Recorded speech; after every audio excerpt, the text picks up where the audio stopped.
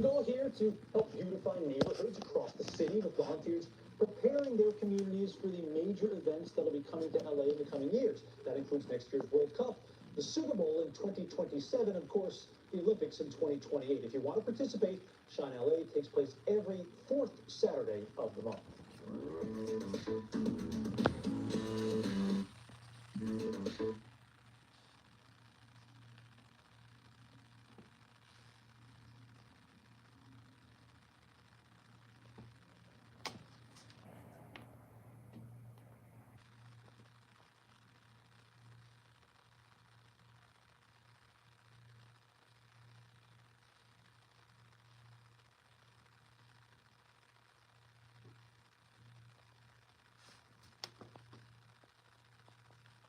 Yep. Here you go, right here.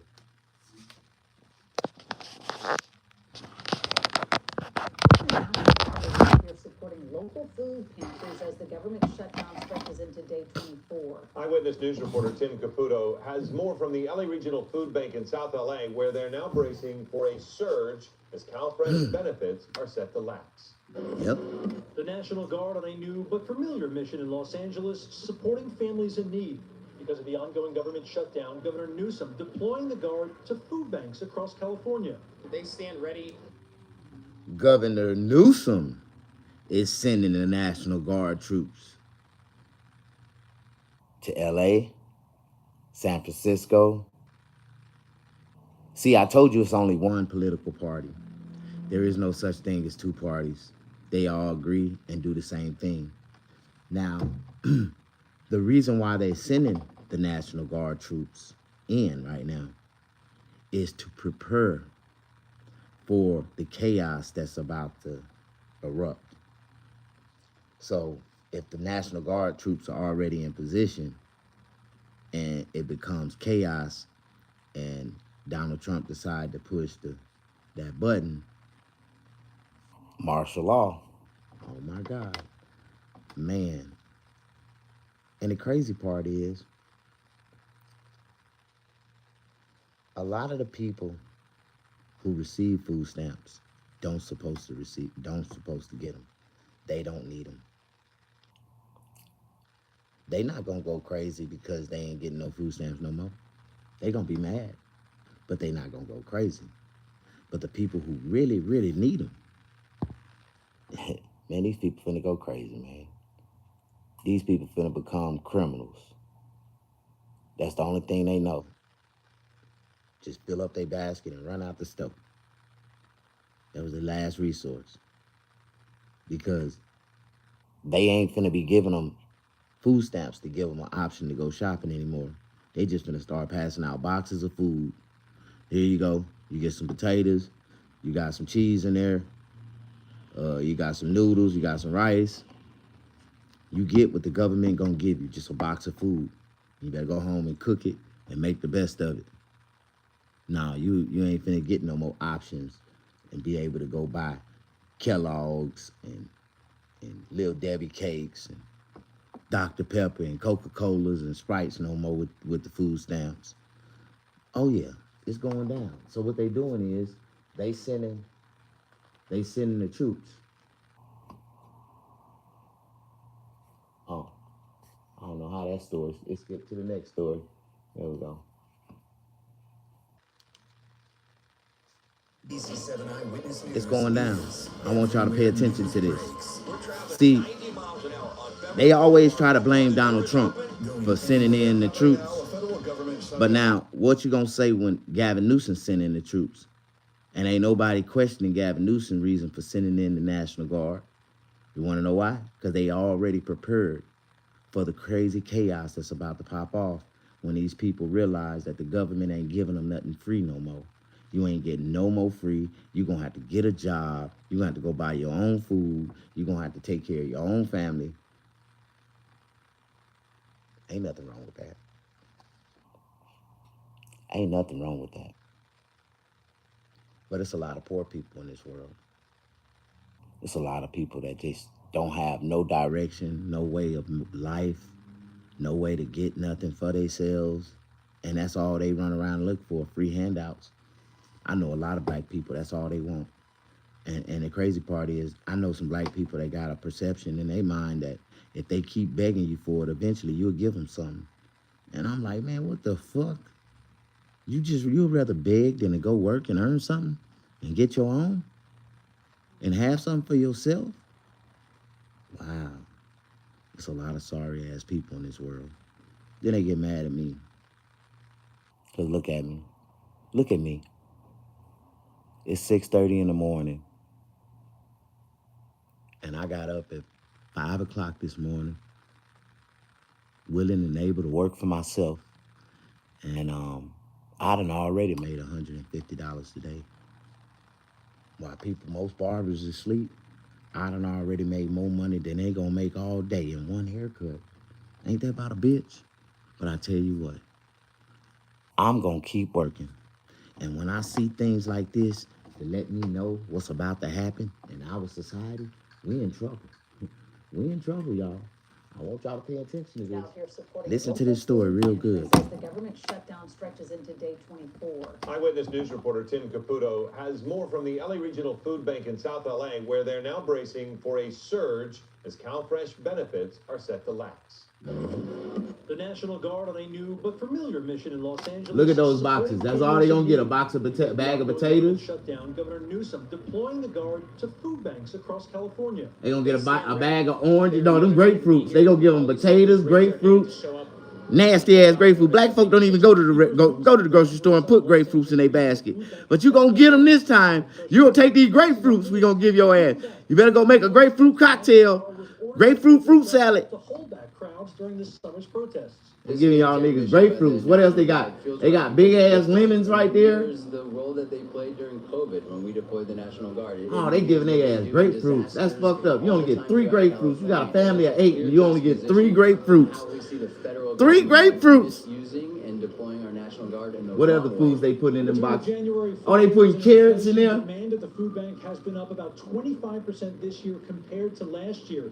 And things are about to get worse. With the government shutdown, demand is about to go up even more. And then this next Tell me, why are these people demanding food? You telling me it's that many people ain't got shit in America? That many people in California with a minimum housing is $500,000, $400,000 buy-in. And all these niggas got EBT cars living in $500,000 houses, brand new cars sitting in their driveways, and now they panicking for a box of food. Man, I served 17 years in a penitentiary. 17 years in a penitentiary. I gave them crackers 17 Christmases of my life, 17 birthdays, 17 Martin Luther King holidays. I gave them crackers all that time. And I got out of prison and I done made more in the time that I'd have been in prison. And I got more than all these niggas that been out here on these streets all these years. And they crying and now they mad because they finna get a box of grapefruit. They gonna put some let me see what other kind of food they gonna put in these boxes. We finna figure this shit out. Do I give a fuck? Hell no. I buy my own food. I pay cash. I'm finna go out to eat in a minute. Finna eat breakfast.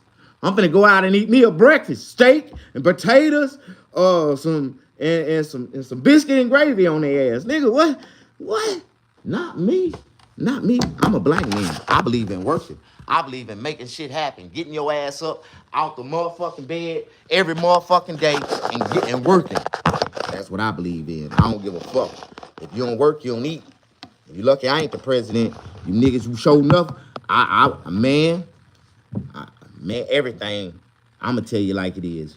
And a lot of people don't like it. For all the people that don't have shit, it's your fault that you don't have shit.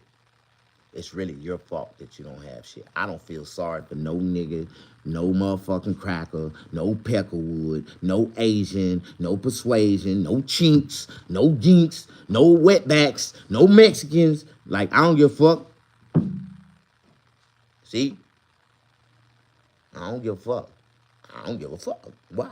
Because the world ain't never gave a fuck about my feelings. They ain't never gave a fuck about if me and my family was eating and surviving and living. Don't nobody in the world give a fuck. Like, we don't. Especially if we already got ours. We taken care of. We got ours. We got a house. I got a boat. We living. I ain't worried about the rest of these niggas. You know, you really got to be living to have a boat. Don't you know that? You really living if you got a boat. You really living if you got an RV. Yeah, I'm living. You got a house and you got an RV and you got 3 cars. Yeah, you living. Yeah. So I don't know about the rest of these niggas. You know, I got out of prison with determination in my mind. I'm finna live. I'm finna live better than all these niggas. I'm finna go out here and get more than each one of these niggas had before while I was locked up. You got me fucked up. And why y'all mad at me for living? What's up, Tommy?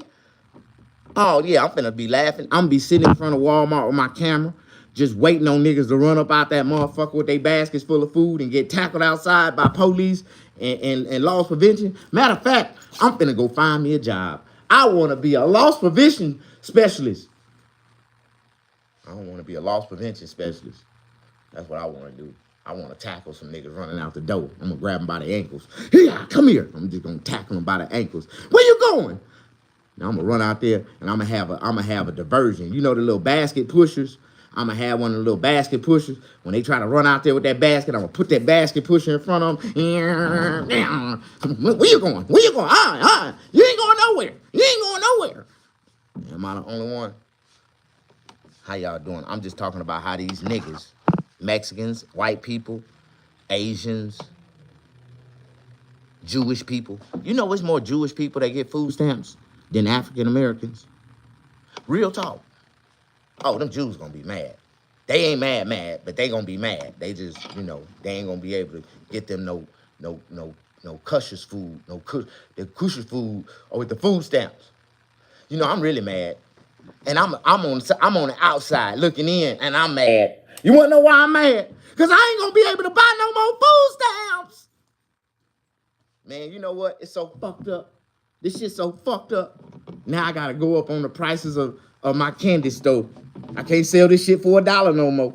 Don't make no sense. See, when I bought food stamps and I go buy all my inventory with food stamps and I can sell all my shit for $1, when the actual stores can't sell it for $1, they be like, nigga, how you sell king size Snicker bars for $1? Don't worry about how I sell it for $1. Just buy it, nigga.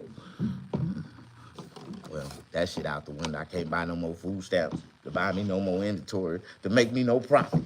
Well, it felt good to go spend $700 in food stamps. In my mind, every number on the box that I bought was $1. So if it was 24 Little Debbie cakes in there, that was $24. Yeah. And I only paid $6. I only paid $6, make 24. That's a nice that's an $18 profit. I don't know about the rest of them. Like, man, with food stamps, you can buy Oval Regenbacher. See, now I gotta go to Great Value popcorn. When I ain't got no food stamp, I gotta buy that Great Value popcorn. Can't spend no $15 on no Oval Regenbacher. Now, damn. I won't be able to buy no more name brands. That's what I used to do. I used to get my food stamps. I go to the grocery store. I'm buying everything name brand. I want Kraft. I want Heinz 57 ketchup. I want Folgers Crystals coffee. I want the best of the best, nigga. Fuck you mean? I want Kellogg's Rice Krispie Treats. I want some Coca-Cola. I want some Dr. Peppers. I want some Sprites. That's, I'm just talking about the people that go through food stamp changes. They finna go through food stamp withdrawals and everything. Like, I got millions. Snag, don't worry. Tommy, help me, man. It is time, Tommy. You got millions? I need you to help me, man. Man, we gotta, see, right now is the best time. See, if we had the homeless shelter and the food kitchen, see, I came up with a brilliant idea. I'ma sell bowls of soup. Cause we're gonna have a soup kitchen. So every night we're gonna have one of Snaggerpuss spreads. Like, I'm gonna have a spread, a soup spread.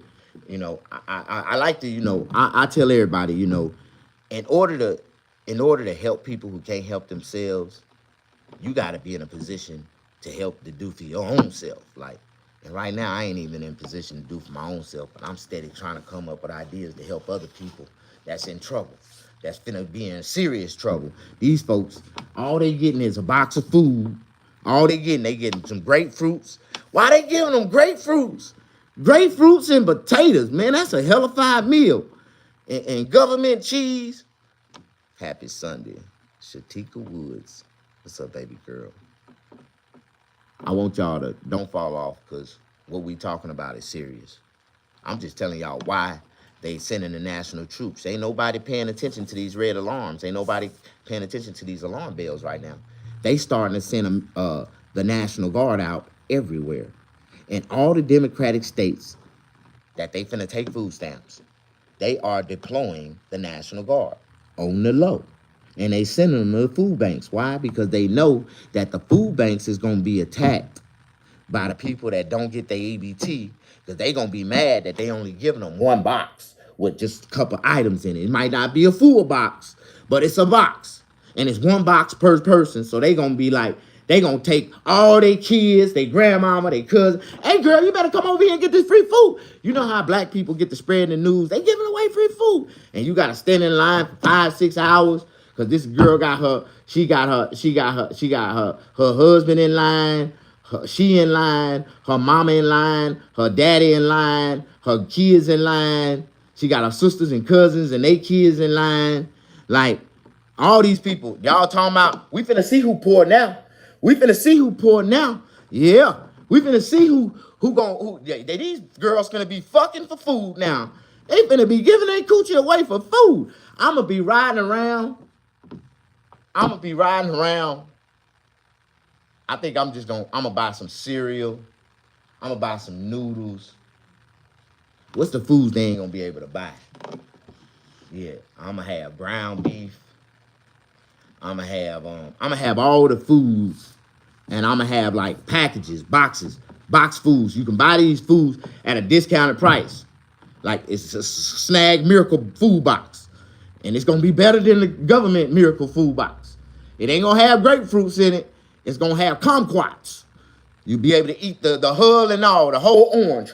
Kumquats. You're gonna be popping them motherfuckers down your throat. Kumquats. Yeah, I swear, we're gonna put some kumquats in them motherfuckers. We're gonna put some squash. Put some squash in there. They need squash. The government giving them grapefruit. I'm gonna give them some squash. We're gonna put some Hesperices in them. We're gonna break the Hesperices in half, and we're gonna put a half in one bag, half in one box. We're gonna give away. We're gonna have some Hespericus, and we gotta put some Brussels sprouts. We gotta get some Brussels sprouts and put in there, and we're gonna put the little packet of fix it yourself gravy. You're gonna have the little white packet of gravy. It's gonna look like a pack of hot chocolate, but it's gonna have white gravy written on the packet. Like, and then you're gonna get the rice. The rice is gonna be already inflated. It's gonna be already inflated in an air sealed bag. You can squeeze it. It's already cooked. All you gotta do is just put a little heat on the bottom of the bag and open it up, and you're gonna have steamed rice. What else they gonna be giving these folks, man, and them government care package food boxes? At least they is giving them something. You know, the food that they giving y'all in America is way better than the food they giving those people over there in Hamas and Israel over there in Gaza. Now that's really messed up. Y'all getting real food. Now y'all ain't gonna get no ham. You ain't gonna get no more bacon. You ain't get no more sausage. But the government do have government cheese. See, they try to teach people to be vegans. Like, it'll be better for you to be a vegan than to worry about meat. Now we're gonna give you some shredded beef in the can. You get shredded beef. I think they got some chicken in the can. They're gonna give you some chicken in the can. You love white women. I love to sexually abuse white women. What's something about me and white women? When I have sex with white women, I take out all the frustration and anger on them for me and my ancestors. Like, I be choking them out and shit while I be fucking them. And, you know what I'm saying? I be doing all kind of stuff. I be burning them on the ass with cigarettes while I be hitting them from the back. Like, I be doing all kind of crazy shit to white girls, but I punish them. They like it. It's like, the more I do it, they be like, more, Snag. Do it to me again, Snag. I'm like, God damn. They be scaring the shit out of me. So, you know, yeah, I kind of do like white women because they let you have your way with them. You know, they do things that black women won't allow a black man to do to them. So yeah, I kind of do like white women. You know, I like Hispanic women. I like Asian women. I'm really infatuated with Filipino women. Filipino women, yeah. Now I don't fuck with Thailand women. Now if you from Thailand, don't even come my way because you don't know what you gonna get. I don't want no girl boy. I ain't looking for a girl boy. I don't want no girl boy. I want to be like my cousin. My cousin met this girl on the internet, and he left his wife, his kids, and everything, moved all the way to Thailand to go meet this girl. Then got all the way to Thailand. Come to find out, the girl was a goddamn girl boy. She was a girl boy. A girl boy. And he didn't find out till he got to the hotel room and he got ready to have sex with her. He kept on trying to push her on the bed backwards to lay on the back. And she kept on turning around. He was like, no, lay on. I want to look at you. You pretty. I want to submit you. She was like, oh, no. Turn around, throw that booty up there. Turn around. This is the third time she turned around, threw that booty up there, and the dick and the nuts came out from under the bottom of that motherfucker, scared the shit out of my cousin. He took off running out the hotel. She been chasing him around Thailand. His old lady called me, talking about, man, Damon, we gotta get Michael out of Thailand. I'm like, why you trying to save that nigga? Like, that nigga left you a dear Sarah letter. Told you he don't want you. Fuck you, the baby in your stomach. Fuck the kids you already got. I'm going to Thailand. I found a woman of my dreams. Let that nigga go get dick down. Let that nigga get chased and get hit with that dick. And the last message I got from him was, man, please help me. Help. It just sent me 4 letters in caps. HELP. And I think he ain't never texted me no more. I think that girl boy got a hold to him. It ain't too far. You can't run that long in Thailand. You ain't too many places you can run and hide. Eventually, and then Shim started telling all the other girl boyfriends, like, hey, it's American. He like girl boys. He came to see me. He came to marry me. And they started chasing his ass around Thailand and shit. They got that nigga. He's still out there, so I know they got him. And he cool now. He ain't talking about coming back home. He gotta be. He ain't texting nobody. He ain't said nothing. But we know he there. And he gotta be. He having fun. He ain't called nobody. They having fun with him or he having fun with them. One of the two. You know what I'm talking about? Man, you know, my name is Snag. A lot of people don't like me. But now that I got 15 people in this feed, I want y'all all to push the like button. Just one time. Just let me see if I can get this burst of likes just for one time. And if you can give me just one like, just take your finger, just lick your finger, and just the same way you lick that finger, that same minute, you just push that like button for me and make me feel some type of way this morning because I'm really feeling down. I'm a real emotional I'm an emotional wreck. I swear I am. I haven't even had my medicine this morning, so I can really, be happy. But I wanted to tell y'all some things that I seen going on television. You know what television mean, right? Tell a lie to your vision. Everything you see on television is fake. Fake as fuck. It's encrypted. It's intentional. It has an agenda. It's a meaning behind it. It's subliminal. All that shit you see on television, tell a lie to your vision. That's what my grandfather told me. That's what that machine was. This was the biggest psychological tool that they ever created in our lifetime. This right here outdid the preachers. You think that this right here, the television took preachers out of service. Like, before they had television, the only thing they had to rely to keep the population psychologically controlled was preachers. I told you, one preacher is more dangerous than 10,000 soldiers with AR-15s. Niggas don't believe me, but the more I talk, the more they don't listen. And it's a goddamn shame because they dumb ass finna listen now when they have to stand in them long ass 5-6 hour lines just to receive a box of potatoes and grapefruit. Oh, you getting grapefruit and potato, niggas? Oh, nigga, you niggas ain't never thought. Y'all walk past them grapefruits every time y'all went to the grocery store. Now you ain't got no choice. They finna be pushed in your face. Yeah, why y'all giving us the food that we don't want? Because there ain't nobody buying this shit, and this is real food. If you was eating this, you know, it wouldn't be a food shortage in the world. Like, you know what I'm talking about? They finna get rid of all the foods they can't get rid of. They finna get these niggas everything that don't sell. They gonna be putting it in the box. They finna put everything that don't sell. Here you go. You say you need something to eat. Here, this food. I thought you were hungry. I thought you were hungry. Wait a minute. I got a brilliant idea. I need me some cameramen. I'ma have a fake food bank. Yeah. I'm gonna go to Walmart and I'm going to back because they take all they boxes when they dump out all they food and put on the shelf. They take the boxes and put them in the back. So we're gonna go grab all those boxes from Walmart and we're gonna put them inside of other boxes, and it's gonna look like real food, like the good food. And it ain't. It's just gonna be empty boxes. And I'm gonna say it's Snag Food Bank. I'm giving away organic, real food, man. Come over here and get this food, man. And then when they come start grabbing the boxes and shit, ain't nothing in these boxes. Man, it is money, dog. Don't you know that you can take those same boxes to the recycling center and just with all those boxes empty like that, you can get about $15. For real. And they haul ass to the recycling center trying to sell the boxes for, and then when they get there, they realize they ain't gonna give a 15 cent. Motherfucker. See, that's a real practical joke. See, have you ever had a real practical joke played out on you? Well, motherfucker, like I be telling motherfuckers like, hey man, you know In-N-Out got a secret menu, right? And you can get your food for free if you know how to order off the secret menu and say the secret code to get your free food. Like, what you gotta do? What you gotta do? Okay, first of all, you gotta go in there and say, listen, I want a triple double, well done.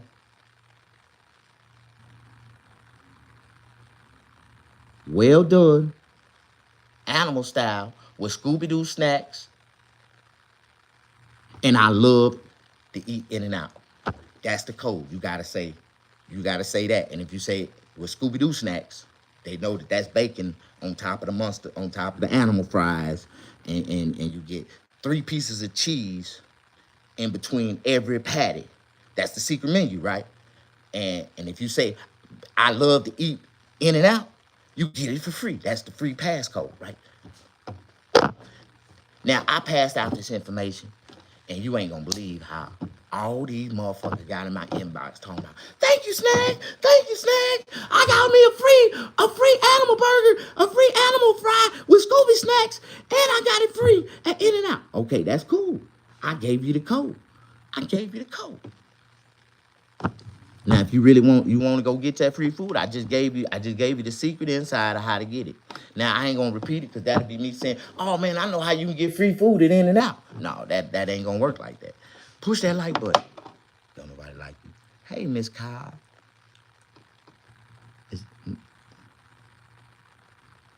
Is that a G or a C? Miss Gov. Okay. Hey, Miss Gov.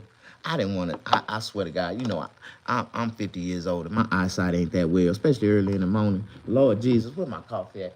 I looked at your name just on the glance. I swear, I could have sworn your name said Miss Cow.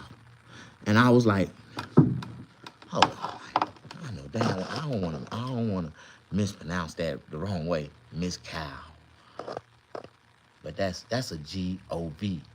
Not a C-O-W. But if you look at it too fast, I'm like, who the hell named you Cow? Now, I know this lady is not psychologically calling herself a cow because the men in her life been calling her Cow all her life. Now, that is fucked up now. She done just embraced the nickname. My nickname is Cow. Matter of fact, call me Mrs. Cow. Your husband been calling you Cow all your life. Now, you done named yourself Miss Cow. But that's not her name. It's Miss Gov. That means she's the lady that run the government. Like, you know, gov.com, like Miss Gov. She's the Gov. That's cool. That's cool. That's a unique. That's like a, you know, Gov can mean a lot of things. You know, in the hood, you know what Gov mean? You know what Gov mean? I'm just saying, in the hood. Gov means feds. That's the feds. The government watching you, nigga. See, that's what it mean in the hood. So you can't say your name too loud in the hood. Niggas be running from your ass. Oh, she a fed, nigga. That's a fed. The bitch name is government, nigga. She a fed, nigga. What the fuck you mean? Her mama was a fed.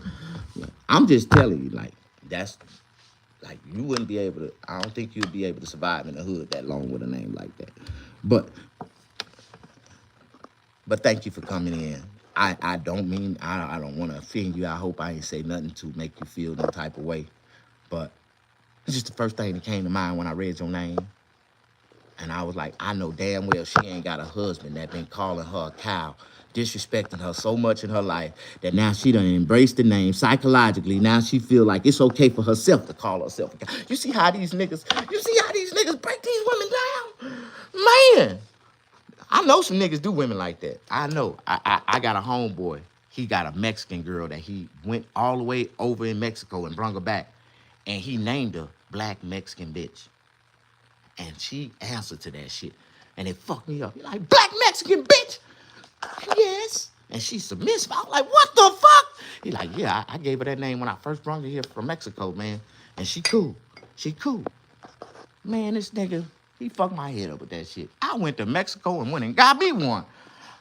Man, I gave this Black Mexican bitch.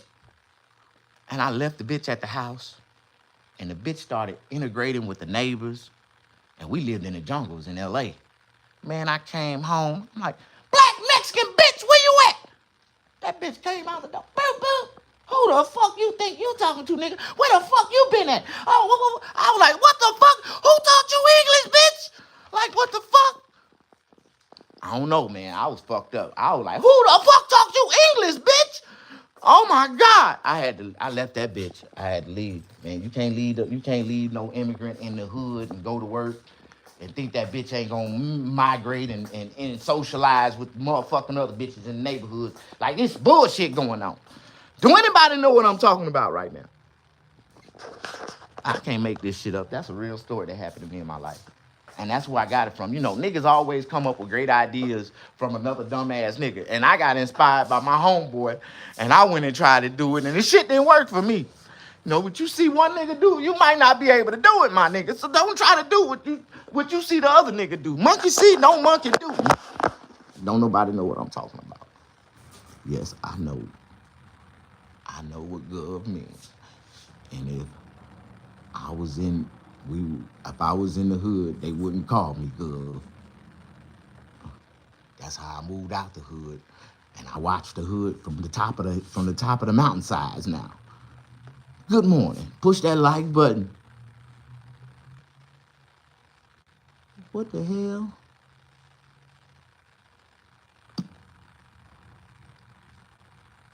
Is that a whole sentence?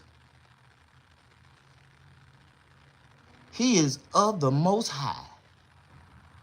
Oh my God. We got the Most High in here.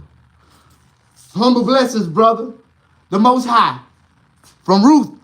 The Most High from Ruth is in the house, y'all. The Most High. Man, that nigga was sending them bitches to the punishment trailer. Man. Go to the punishment trailer.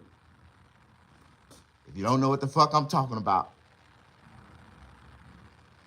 the Most High was a motherfucker. That nigga was a motherfucker. What's your name? Most High. The highest. He had all them bitches talking about the highest. He had his grandma feeding their ass PCP and breakfast, lunch, and dinner. They had the kids high on PCP. Man, do anybody know what I'm talking about? Man, Tyler Perry be coming up with some freaky ass goddamn bullshit. I ain't lying. Every time I watch that shit, every time he sent one to the punishment trailer, my dick get hard out. God damn. You cannot watch Ruth with your mate, with your girlfriend, or with a female friend. Nah, in every episode, before that episode end, y'all gonna be fucking. That's what happened to me, man. I ain't lying. I watched that whole series. Every episode, I fucked. I had the little young thing with me, and she put me up on it. She was like, yeah, I want you to watch this with me. I'm like, I'm watching this shit. I'm like, I just wondered, you getting what I'm getting out of this? Like, what? Are you horny? Yeah. Me too. Oh my God, it went down right there on the spot. Oh my God. And we were just friends till we started watching Ruth together. So live. Do anybody know what I'm talking about? All right, Most High, we gonna leave you alone. Most High fucking the shit out of them. Send them to the punishment trailer. Go to the punishment trailer. I was just saying if y'all knowledgeable of what I'm talking about. Y'all dumb as hell if y'all know what I'm talking about. Push that like button for a real nigga.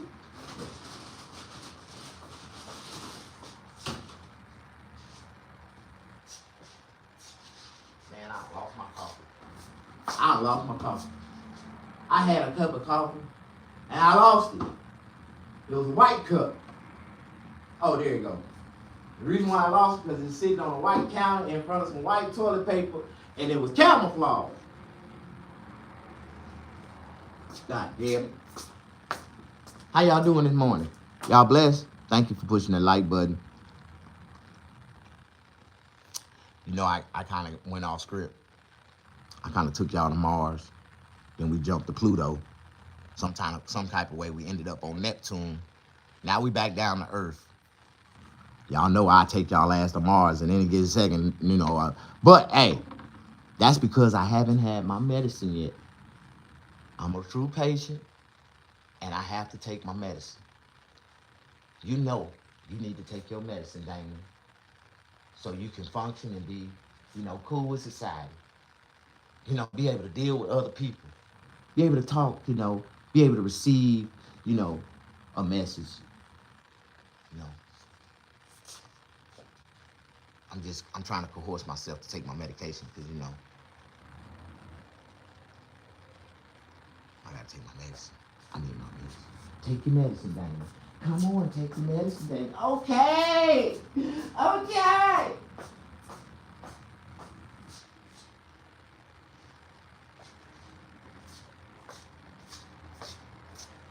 gotta take my medicine.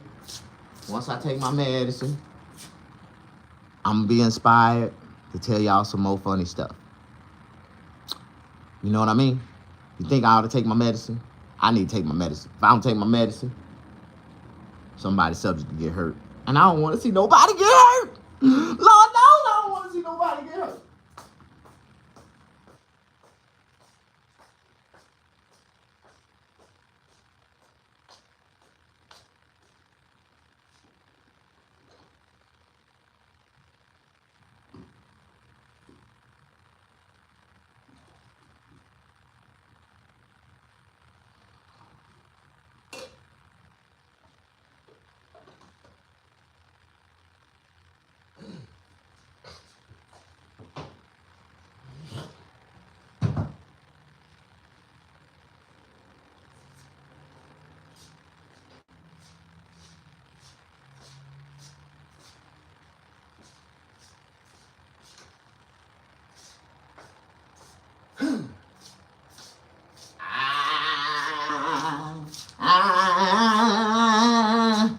Lord, I've been changed. Hey, how y'all doing? Push that like button.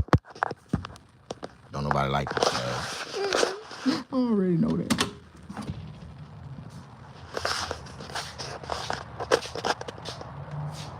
Just feels so good outside.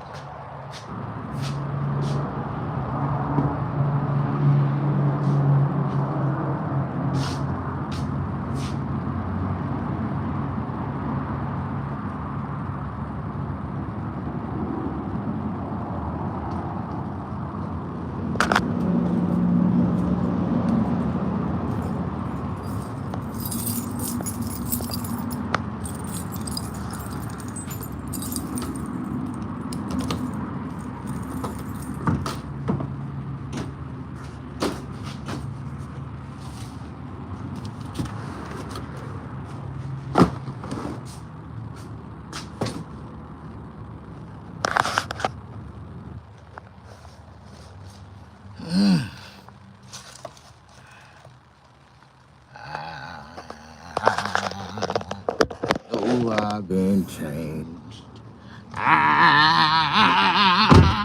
No, I've been changed. Yeah, how y'all doing? I said, I know I've been changed. Yeah. Man, I just want to let y'all know, man, for real, I just be, you know, sometimes I get a little silly. But man, they in trouble. Man, they finna start passing out these niggas boxes of food, grapefruits, avocados.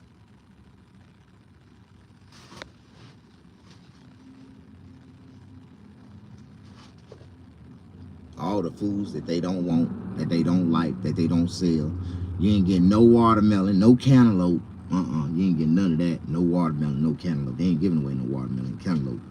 They ain't giving away no Kraft macaroni and cheese. You ain't getting no more Kraft mac. They gonna give you some great value macaroni, some Kroger. They got Kroger macaroni. Kroger donated. The Southern Kroger Company. They selling people, giving away Southern food all the way in the West Coast.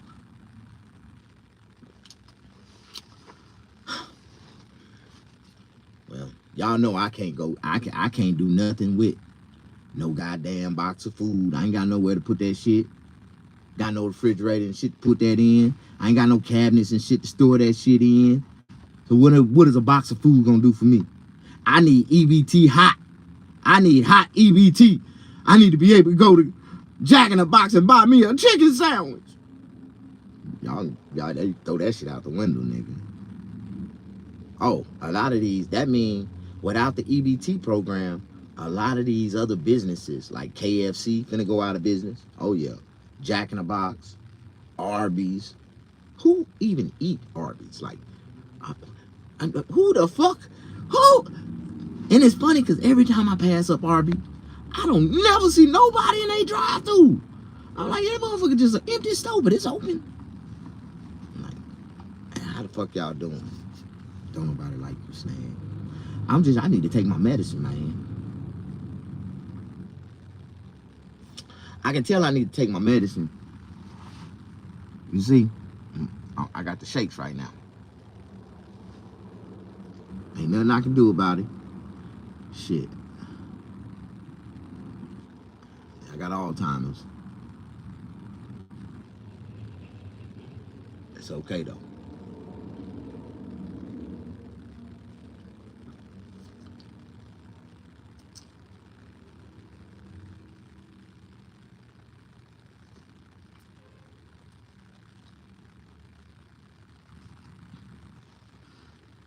Take my medicine.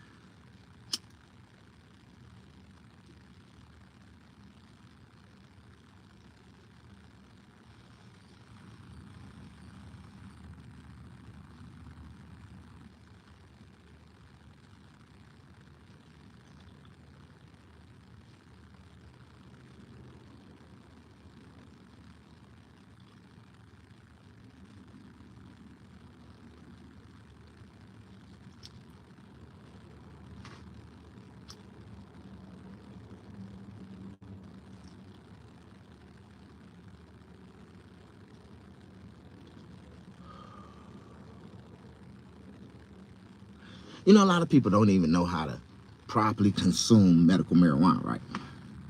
You just don't hit medical marijuana and blow it out. If you ever see anybody smoke medical marijuana and that's the way they doing it, just you be like, nigga, what the fuck is wrong with you? Wasting all this goddamn medicine, nigga.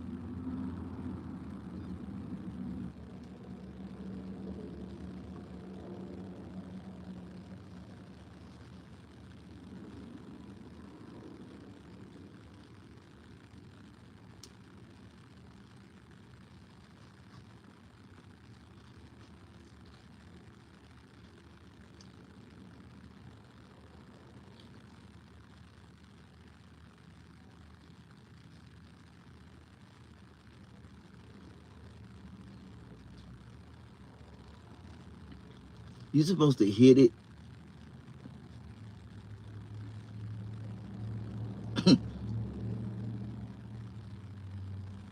Hold the smoke for 10 to 15. 10 to 15.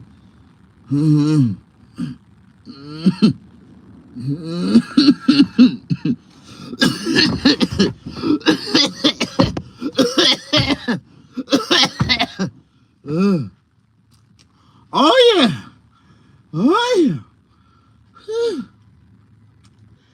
you don't hit that shit and start breaking a sweat, first of all, you ain't smoking no good shit if you ain't sweating. But if you don't hit that shit and start breaking a sweat, oh my God, you ain't smoking. Whew. Everybody try to smoke like me, end up going to sleep. Like, Snag, I was trying to smoke with your ass and I fell out. Because you don't know how to smoke, nigga. That was the first time you really ever smoked in your life, nigga. Like, now you supposed to hit the blunt, hold it, count in your mind, 10. When you get to 10, hit it again. Then you hold it and you count to 15. And by the time you get to 15, it's going to naturally start to release itself out your body. You ain't going to be able to hold it. It's just going to start coming out.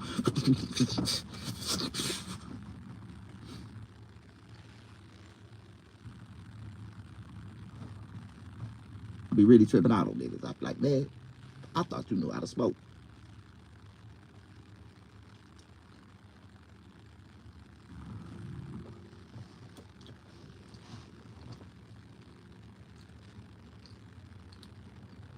See, it just start coming out on its own.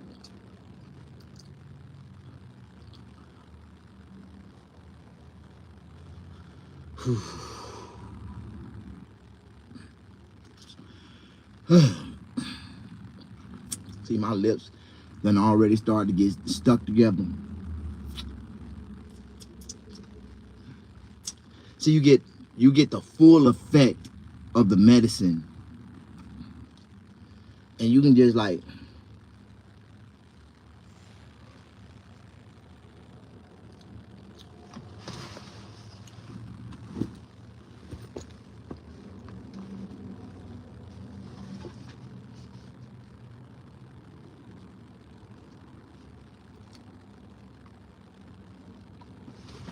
have you ever heard that saying? That's why they say puff, puff, pass, right? Because in general, if you had a session, if it was 4 people, and you hit it just like that, right? The blunt will go around in rotation. And by the time the blunt gets to the second person, you already releasing. Take a second to catch your breath. Then, before you know it, right when you catch your breath, somebody tapping you on the shoulder, you hitting it again. Hit it just like this. One time. Count to 10 in your mind. Now hit it again. Now pass it. Now that's the way you properly puff, puff, pass. See, you can learn a lot from a dummy. I just taught you niggas how to smoke this morning. You don't even smoke. Ain't that about a bitch? Shit. How y'all doing? Push that like button.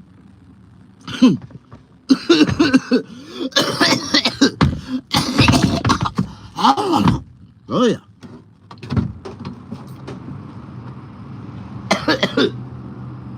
Oh yeah.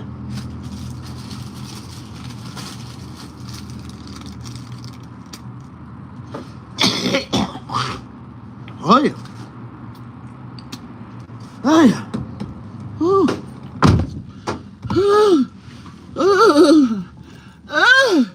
If you don't start sweating, you ain't smoking. God damn.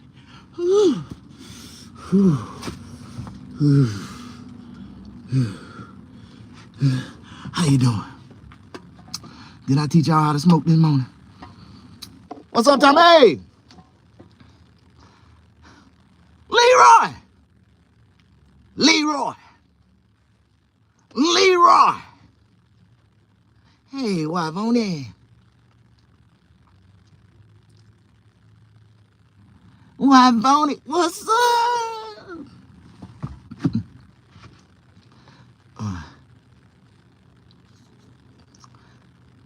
Leroy! Leroy Jenkins!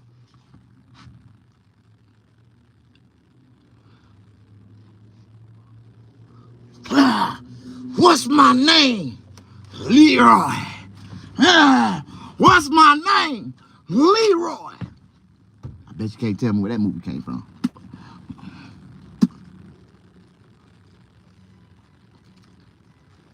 See, I'm a Generation X, baby. It ain't a movie that came out yet, nigga. If it was good, I can't recite a scene in that motherfucker. The Last Dragon. What's my name? Leroy. I know you done got a lot of pussy in your name. Just by your name. If you knew how to play your cards right, walk into the room like Billy D. Williams, woman walk up to you, what's your name? My name, Leroy. If she don't grab you by the shoulder, grab you by the arm and take you out of the room, I can just see you doing the, I can see you now doing the S-Curl commercial. What's your name? Leroy. And I got S-Curl. They said S-Curls used to have power over the women. You know what I mean? I'm putting cases on all you bitches. What you say? Can you do training day? Denzel watches. Yeah. I put cases on all you bitches. King Kong ain't got shit on me, motherfucker.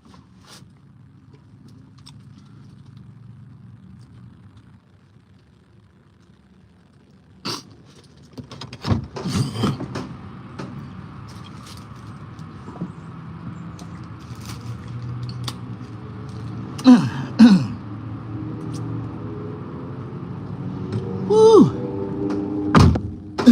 My God. Whew.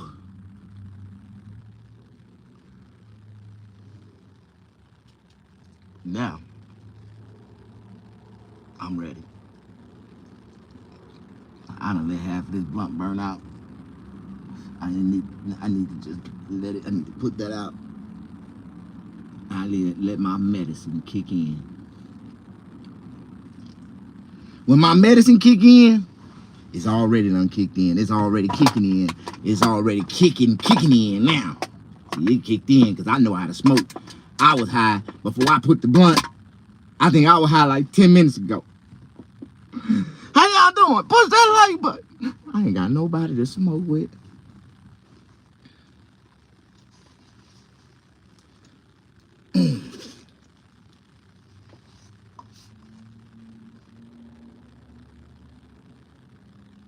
I need to find me a little gizmo. I just want me one of them little firecracker, little sexy little mamas. You know what I mean? Cute as hell. Look just like Gizmo. Get that bitch a shot of tequila. It's just like dropping a goddamn drop of ice, a drop of water on the top of Gizmo head. The bitch turn into a gremlin. Ready to tear some shit up. That's what I need. I need me a Gizmo. I need me one of them little gremlin bitches. Yeah, yo. Push that like button. Don't nobody like you, Snag. It's getting close to Halloween. It's getting close to Halloween, y'all. Man, did I ever tell you what happened to me and my son at church on Halloween?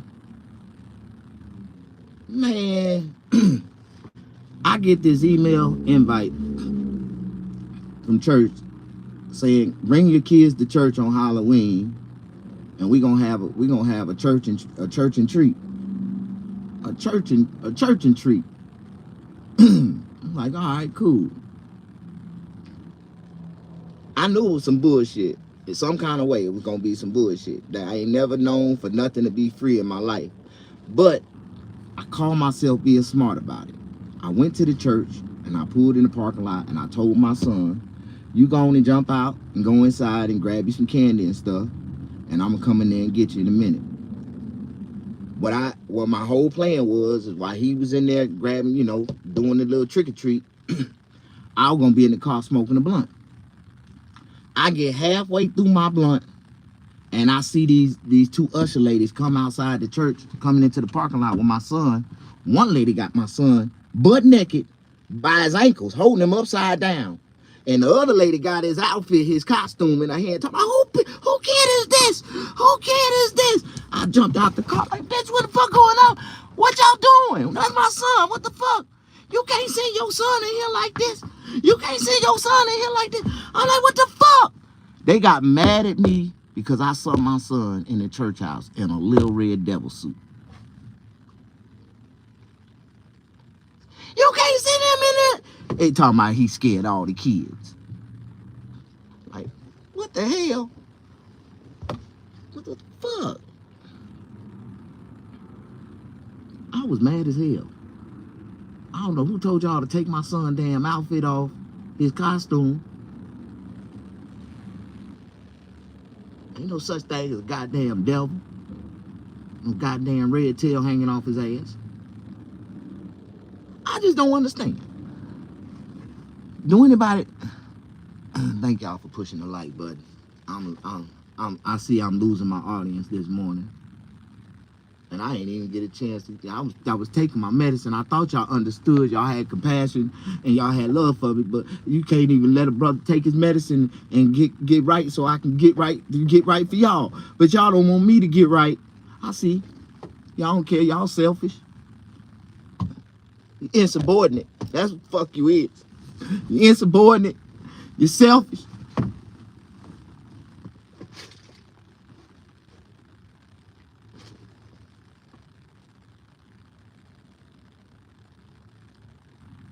Yvonne, I'm fired up right now. 100. Thank you, baby girl.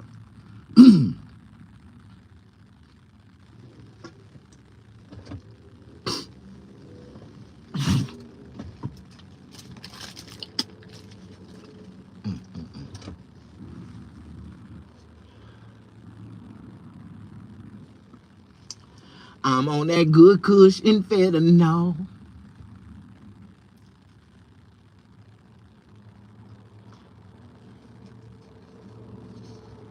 I'm gonna ball till the day I fall. Ball, ball, ball. Long as them bitches love it, them bitches love it. Give a fuck what them niggas say. Hey, how the fuck y'all doing? Push that like button. You said that's a dumb theory. Now, I would ask you an intellectual question.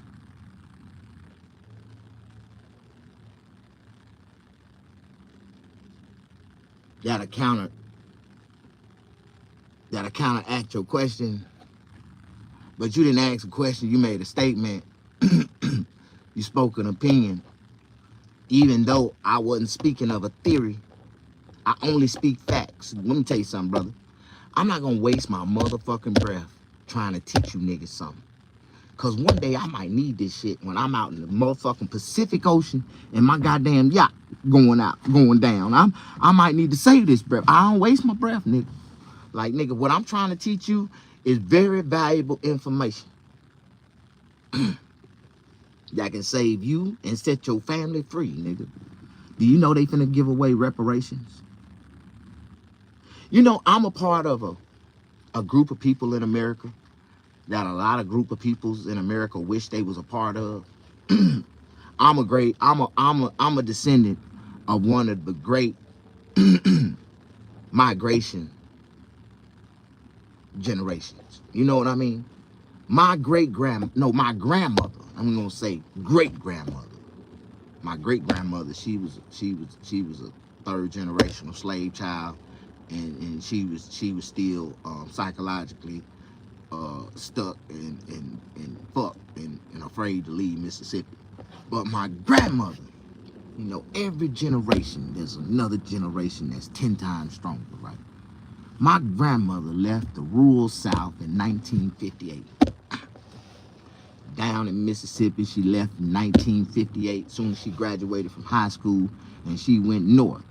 See, back then that was called the Underground Railroad, the Great Migration of Tears, all the great, that back in those days in the 50s, in the 40s and 50s, and 30s, 40s and 50s, all the black people from the South that were smart would migrate north. And my grandmother ended up going to Joliet, Illinois. She went north. She ended up in Joliet.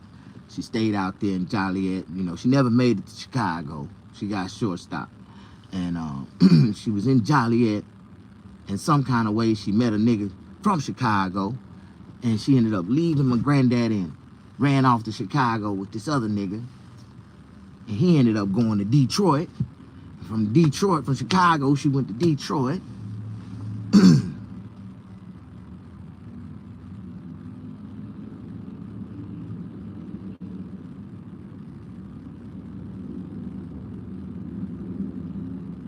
Now, I don't think that was the direction. I think they went to Detroit first. Then she met the nigga that lied to her and said he was from Chicago, but he actually lived in Joliet. He took a pass to Chicago. That's what it was. That was the story.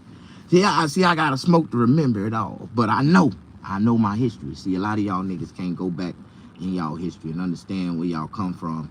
And so in the early 70s,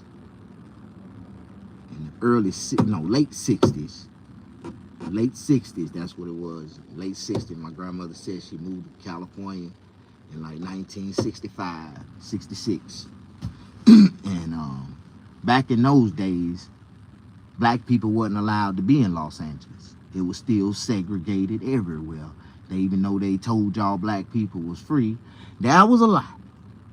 Yeah, you can get on the highways and roam and ramble, but it was still white-only stops and white-only places and white-only this and white-only neighborhoods, white-only beaches.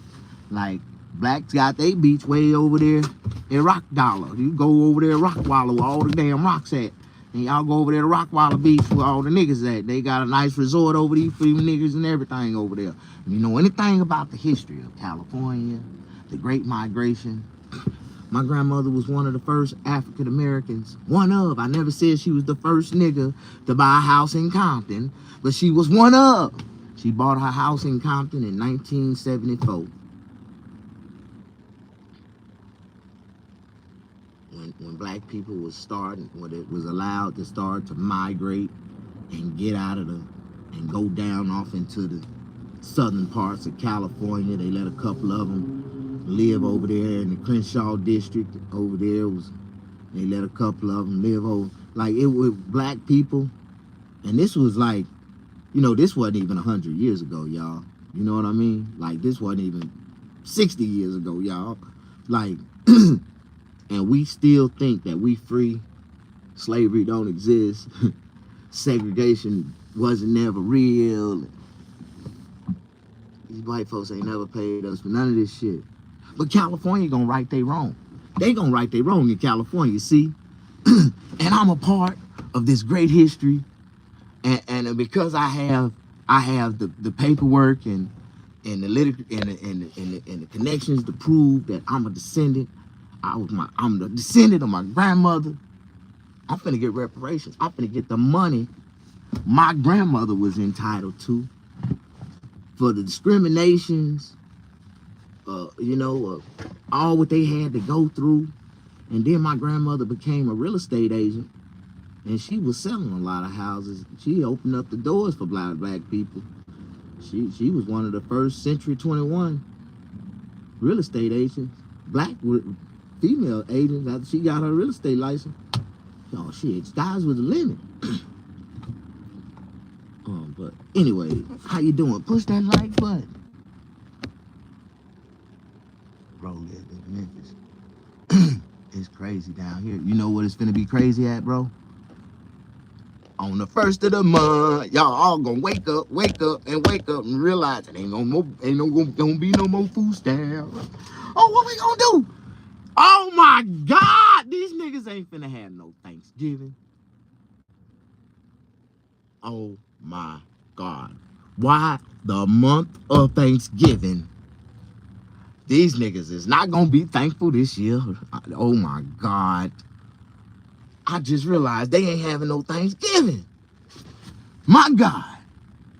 Oh, everybody calling their cousins that's rich right now. Hey, cuz, you cooking for Thanksgiving? No food stamps. Oh, cuz. Man, me and my family we taking a vacation on Thanksgiving. Where y'all going, cuz? Where we going, baby? We going to Dubai. We going to Dubai. We ain't gonna be around, cuz. We ain't gonna be around for Thanksgiving, Christmas neither. We gonna be out there for like 8 weeks. Yeah, we just decided to leave the country for a little while, man. Too much shit going on. Oh, y'all ain't gonna be here for Christmas either. Oh, you know, grandma she gonna be upset y'all not gonna be here. Well, you tell her I'm gonna send her Cash App. I'm gonna always send mama some money on Cash App. Don't worry about it. It's a lot of fucked up people in this world, man. It's gonna be real fucked up. You know, and it's sad, man. It's really sad. I don't want to laugh at these people. But these people, all these people, and I want y'all to remember this when I say this, because I'm about to leave. And it's some real nigga shit. Y'all remember when the COVID hit and everybody was getting all that damn money? You know what I mean?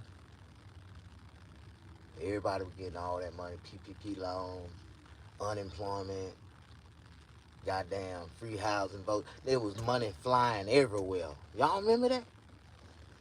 Did none of them niggas take that money and start them a business and make that money really grow? But me. That's what I did. Before the COVID, I was homeless. I was broke, busted. Niggas was treating me like shit. No respect, no nothing. The fuck? Now it's on, bitch. The race is on, nigga. And I can fight you niggas. I got, boy, I swear. That's why, you know, that's why I don't feel sorry for nobody. Because them niggas had way more than me. Them niggas got way more than me. They ain't giving me shit. Couple $1,000. And I took that and I invested. Man, put your money on yourself, man. I swear to God, you can't go wrong, man. That's why I feel like if I invest into a human being, I know I can get my money back 10 times, 10 times 10, man. A human being is the best investment that you can ever invest in, especially if this motherfucker got real potential, nigga. You know, these niggas don't know how to identify potential. You niggas really don't. You niggas look at a lame duck and say the nigga got potential. No, nigga. But that's sad, man, because everybody looked at me and undermined my potential and always tried to come up with a solution for my fucking situation in my life, my problems, telling me what I ought to do. You need to go back to school and do this. You need to go back to school and get... Fuck, I need to go back to school for, bitch. Nigga, I done already went to school. I got a full master's degree education, and you telling me to go back to school. I know what I'm good at, what I can do. I know you can't train an old dog new tricks who don't want to learn, bitch. I already got an education. Fuck, I look like going backwards. Nigga, I'm trying to go forward with it. Just help me, bro. Nobody was willing to give me a helping hand. Everybody wanted to give me a handout, and I wasn't taking no handouts, dog. I'm cool. I don't need no handout, dog. I need a helping hand, and from the heart. And if you can't help me, leave me the fuck alone. Like, you know, that's one thing about it. I never accepted a handout, but I did accept a helping hand. And there was a lot of people that you know, offered their helping hand, and I blessed, you know, and that's where I got my whole perception of Mr. Snaggerpuss helping hands. And, you know, I used to give away bags of food with my handprint on it. I used to take a marker and mark my handprint on it and put Snaggerpuss helping hand. That's all it was. It was a helping hand. One hand, nigga. Enough food in this motherfucker to get you through the night to the next day. That's it. That's it. That's just a helping hand. I know I couldn't feed the world, but I can help you. And I always felt like the world would be a better place if, you know, everybody can't help everybody, but if everybody just help one person every day, it'll be a better place. You know what I mean? How y'all doing? Push that like button. Don't nobody like you, Snag. Okay. That's cool. I'm a black man. I'm doing my own thing in this world. My own thing in America. I own my own business. I got my own cars. I got my own crib. I'm blessed. I don't know about the rest of these niggas. And I'm single. And no stress. Life stress free. Ooh, I love this shit. Happily single. And I'm trying to get rich. So the only type of woman I need in my life is an earth. If she ain't an earth woman, I don't want shit to do with her. Straight up. You know what that means? I'm already happy. And I'm already trying to get rich.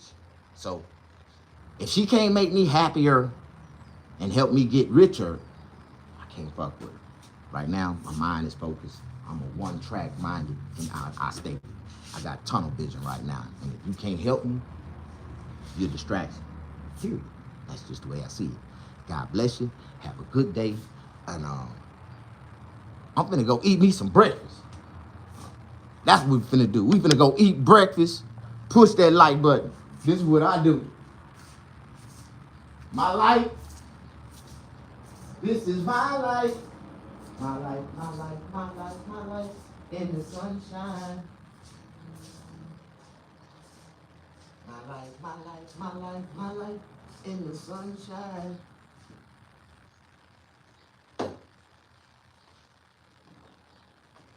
What do I want to eat? I want to eat. I think I want some oatmeal.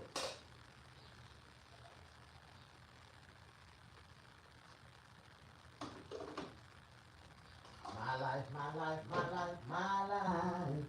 In the sunshine. Oh, my life, my life, my life, my life. In the sunshine.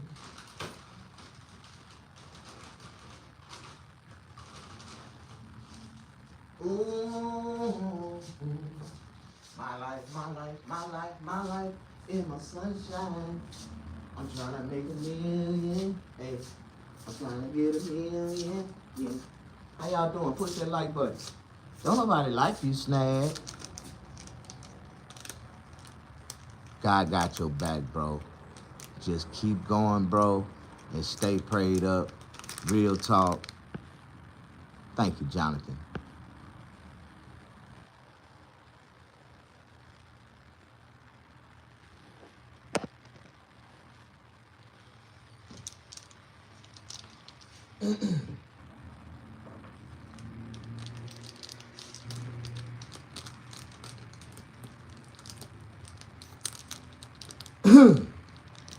Man,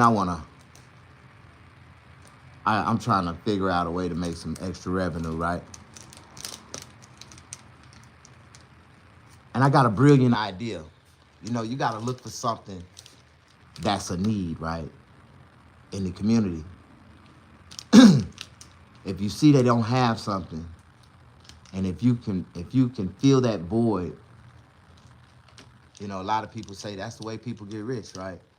You gotta really come up or see a need that's really wanted and desired and fulfill it. So I got this idea, right? And I'm gonna tell you where I get the idea from. When I first moved here, there used to be a pool hall that I used to go to. And it was a cool little pool hall right down the street from my shop. And during the COVID, they shut them down. They forced them to close.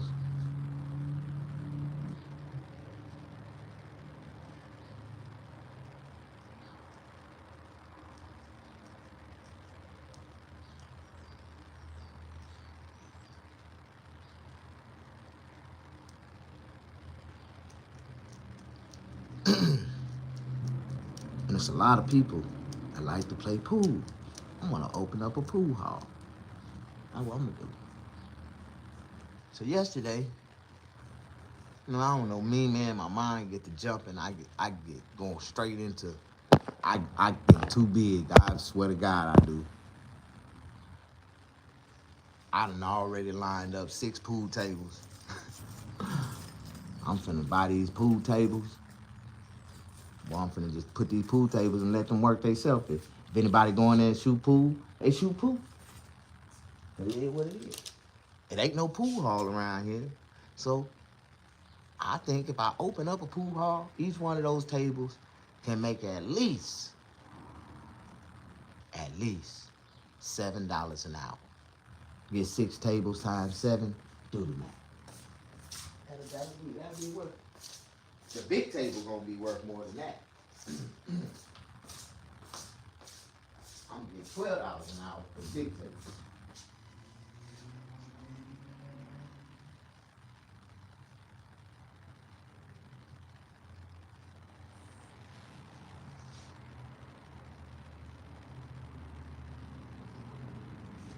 I'ma do daily tournaments and give away money. So Liz, a daily tournament, $50 cash pack. You can't go wrong. I'm doing daily tournaments. Giving away $50 a day. 5 times a day. That's $250 a day I'm gonna give away in tournaments. And I'm gonna keep motherfuckers in that shooting pool. And my tournaments is unique. Like, you can't just, a tournament is like, I need like 12 to 24 people. And so everybody pick a number, right? And in that the 4 numbers, each player will play each other until that player is eliminated. And every time one person win that game, they go to the winner they go to the next level, to the winner champion. And then once all the people come all the way down, winners is up, then the winners start playing each other. Same thing. It's a method. And at the end of the day, I don't give a fuck who you is. This shit cannot be predicted. This shit cannot be rigged. You either gonna play, you gonna be able to be good, or you gonna lose, and you gonna end up playing a shark, and it's all random shit. The motherfuckers play each other, and at the end of the day, only one good man gonna win. The best man of the night. It is what it is. All call pocket shots. And I'm gonna give away $250 a day. I'm gonna have my shit so jam-packed. Watch what I tell you. It's all about how you market and sell the product. And if you can give away some money, people can make some money, shit, they coming. $20 buy-in, $50 cash out. I might ante up the stake. If I every 12 people, I'ma ante up the stake. It's gonna go for, I might do like a $100 cash out. Yeah, $20 buy-in. But I gotta have 12 people or more to make it make sense. But it's cool. Show y'all how to make money, man. And we can all.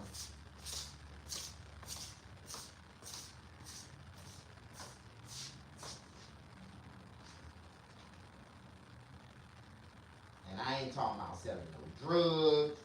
I'm talking about buying 6 pool tables and let them motherfuckers make money and entice people to come play, give away some money, sign up to make some money, and spend some money, and we all make money, and they gonna wanna buy drinks and snacks while they there, so have the sodas, the drinks, get my beer and wine. I ain't selling no liquor. I want an alcohol. This is a Christian, alcohol-free establishment. That's all it is. We just shoot pool in this motherfucker. I know how to keep people out of there. And it's gonna be a membership only if you wanna come in. You're gonna have to join the members. We're gonna tax anybody that's not a member. So 1 hour for a non-member gonna cost you $12 an hour. But if you're a member, it's $7. You get $7 for a single hour, and you get a discount if you buy multiple. 3 or more is $5 a piece. $5 an hour. And $5 an hour to rent a pool table in a pool hall instead of playing $2 a game, $3, $4 a game is real reasonable. And people that shoot, and if you can come to the pool hall and sign up for the tournament, yeah, I'm gonna do a daily tournament, 12 o'clock. 24 max participants, $20 buy-in, and it's $100 cash out. You put $20 up and win $100.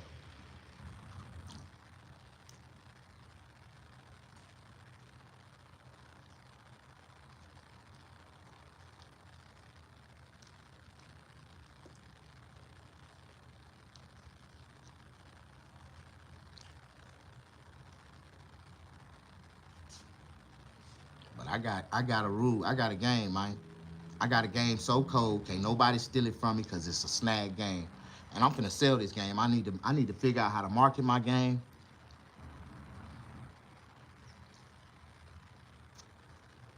Before somebody try to steal my idea and you see my shit on TV. but it's called a 3 strike you out pool tournament. I got a 3 strike you out domino tournament. Same way. My method is the same. You know how to play? You can make some money. Really easy. I created my own game. See, black folks is creative. There's no game in the world like my game. And it's a positive game. It's always positive. And it's fun, exciting. It's an adrenaline rush. And it's unpredictable. Anybody can win. That's the type of shit I like. I don't like motherfucking shit motherfucking cheat on. Nah, this shit right here is unpredictable. Anybody can win. The rules cannot be cheated. Like, for real. And that's the way I created this game. Have you ever played a game that you could not cheat? You can't cheat. You just gotta play to win. And some days the least player that play the best could be the best player and win it all. Like, that's the type of game it is. So it's like, I don't give a fuck how good you is. I bet you 9 times out of 10, if you go into one of my tournaments, you're not gonna win. It's gonna be the oddest motherfucker in the group that's gonna win. And it's gonna be the oddest motherfucker out of all them that's gonna win. But if you good, you might can beat the nigga at the end. That's all I can say. But you gonna have to beat every motherfucking body that you sit in front of. It's just what it is. You can stand a couple losses. It's 3 strikes you out. Yeah, you can take 2, but you take 3, you out. I got game, man. I got a game, and it's a snag house, man. I gotta sell and market my game. And once I know this right here by itself, just the marketing, on YouTube, I should be able to make plenty of money off this shit because it's a real interesting, game. And a lot of people don't want to, niggas want to steal your ideas, want to take that shit. I'll do it for you, but I want it. No, nigga, these my shits. You can't steal my games because I already put them out there under the laws of the universe, talking about them, and it is what it is. So if you create them without my permission, I'm going to let you make money off of them. I live in California, the sue me state. It ain't even worth suing, nigga, if you ain't made no money off of it. So will. Push that like button. That's another easy way to come up. You gotta watch what these niggas put out there. You can sue a motherfucker for stealing your shit.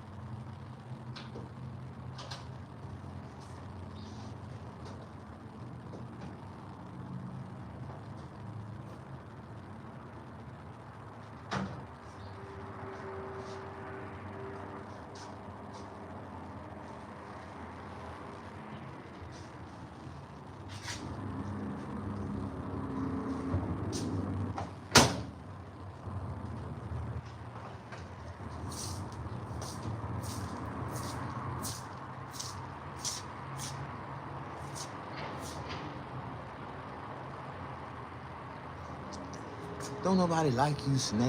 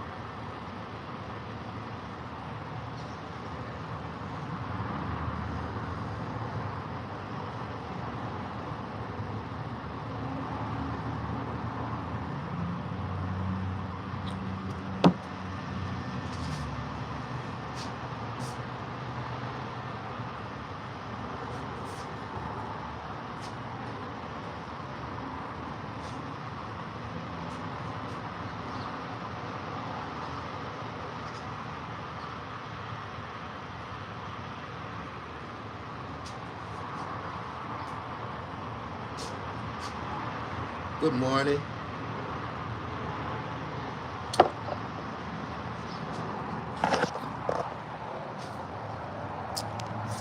Yeah, but it's finna get rough on these people out here. Really rough. It's really finna get rough. You know that? Really finna get rough. They finna get them grapefruits, them little bitty small brown nasty potatoes. The light brown nasty potatoes, them nasty potatoes. They taste like got dirt in them.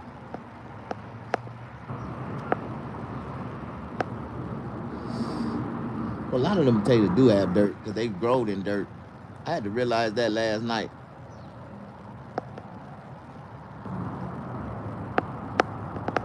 I had cleaned some potatoes last night. I had to really clean them, put some Dawn dishwashing liquid, scrub them with the damn a little scrubber. Got all the dirt off them motherfuckers. Them motherfuckers taste good. They taste good clean. But you can't forget that potatoes are grown in the dirt.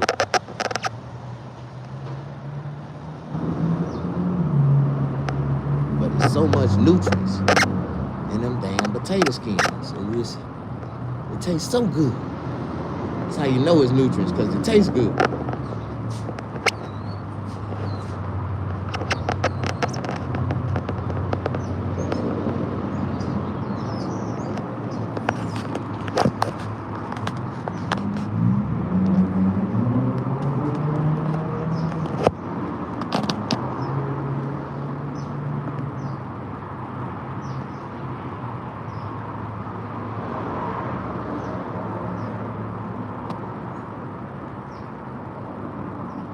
Ooh, little baby pigeons. Oh, baby pigeons.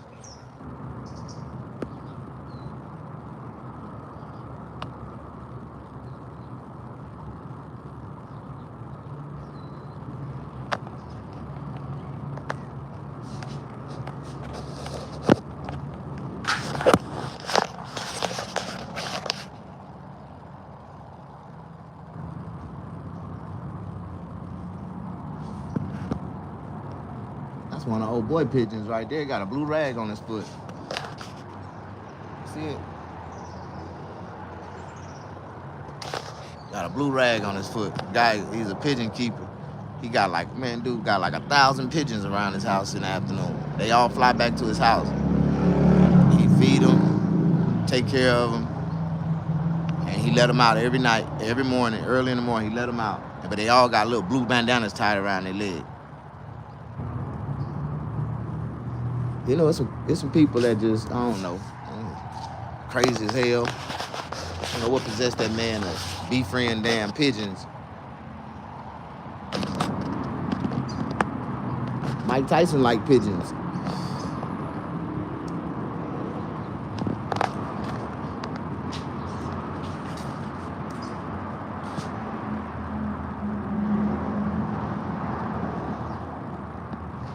You know what I can say about life? You know, for me, don't show me nothing and tell me I can't have it, because I'm gonna get it. And that's just what it is. Like, so many people told me over time in my life that I would never have my own barbershop. I'd never be able to do this. I'd never be able to do that. And I kept grinding till God gave it. Till I got it. Till God gave it to me. God gave it to me. I didn't ask for it. He gave it to me.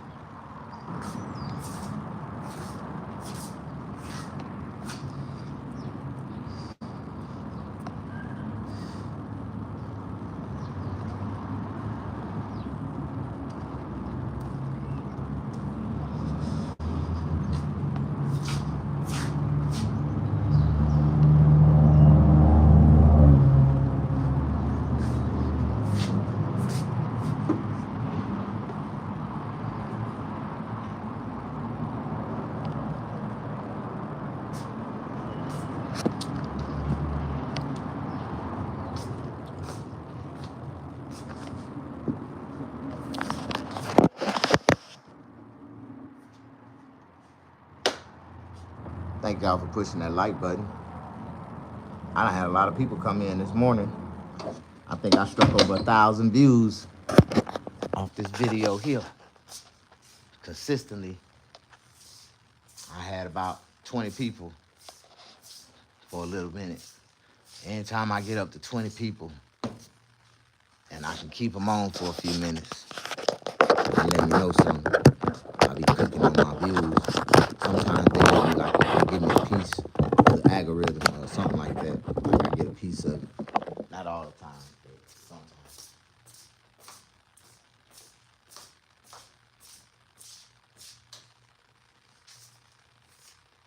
For me, in my real life, it is what it is. I done toned down. It's a whole other.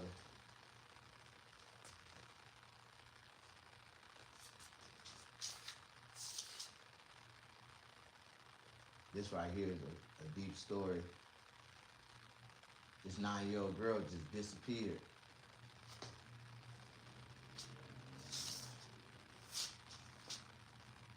Southern California girl, Melody Buzzard.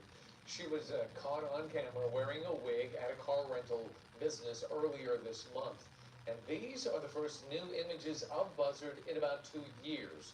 According to Santa Barbara County detectives, she was homeschooled and has not checked in with her independent studies program since October of last year. Detectives say she could be with her mom, but her mom is not cooperating.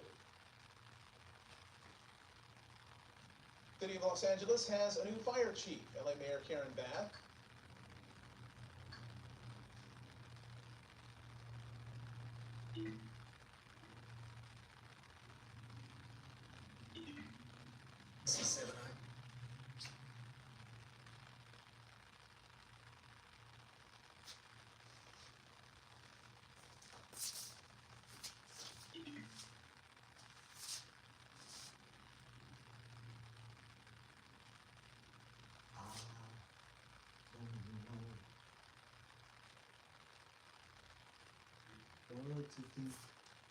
A world to do.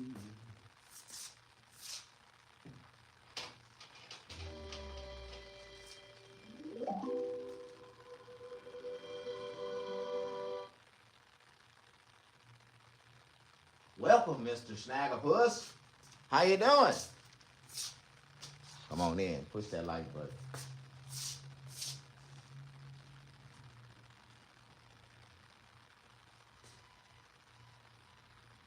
World news now. Let's see what they gonna tell us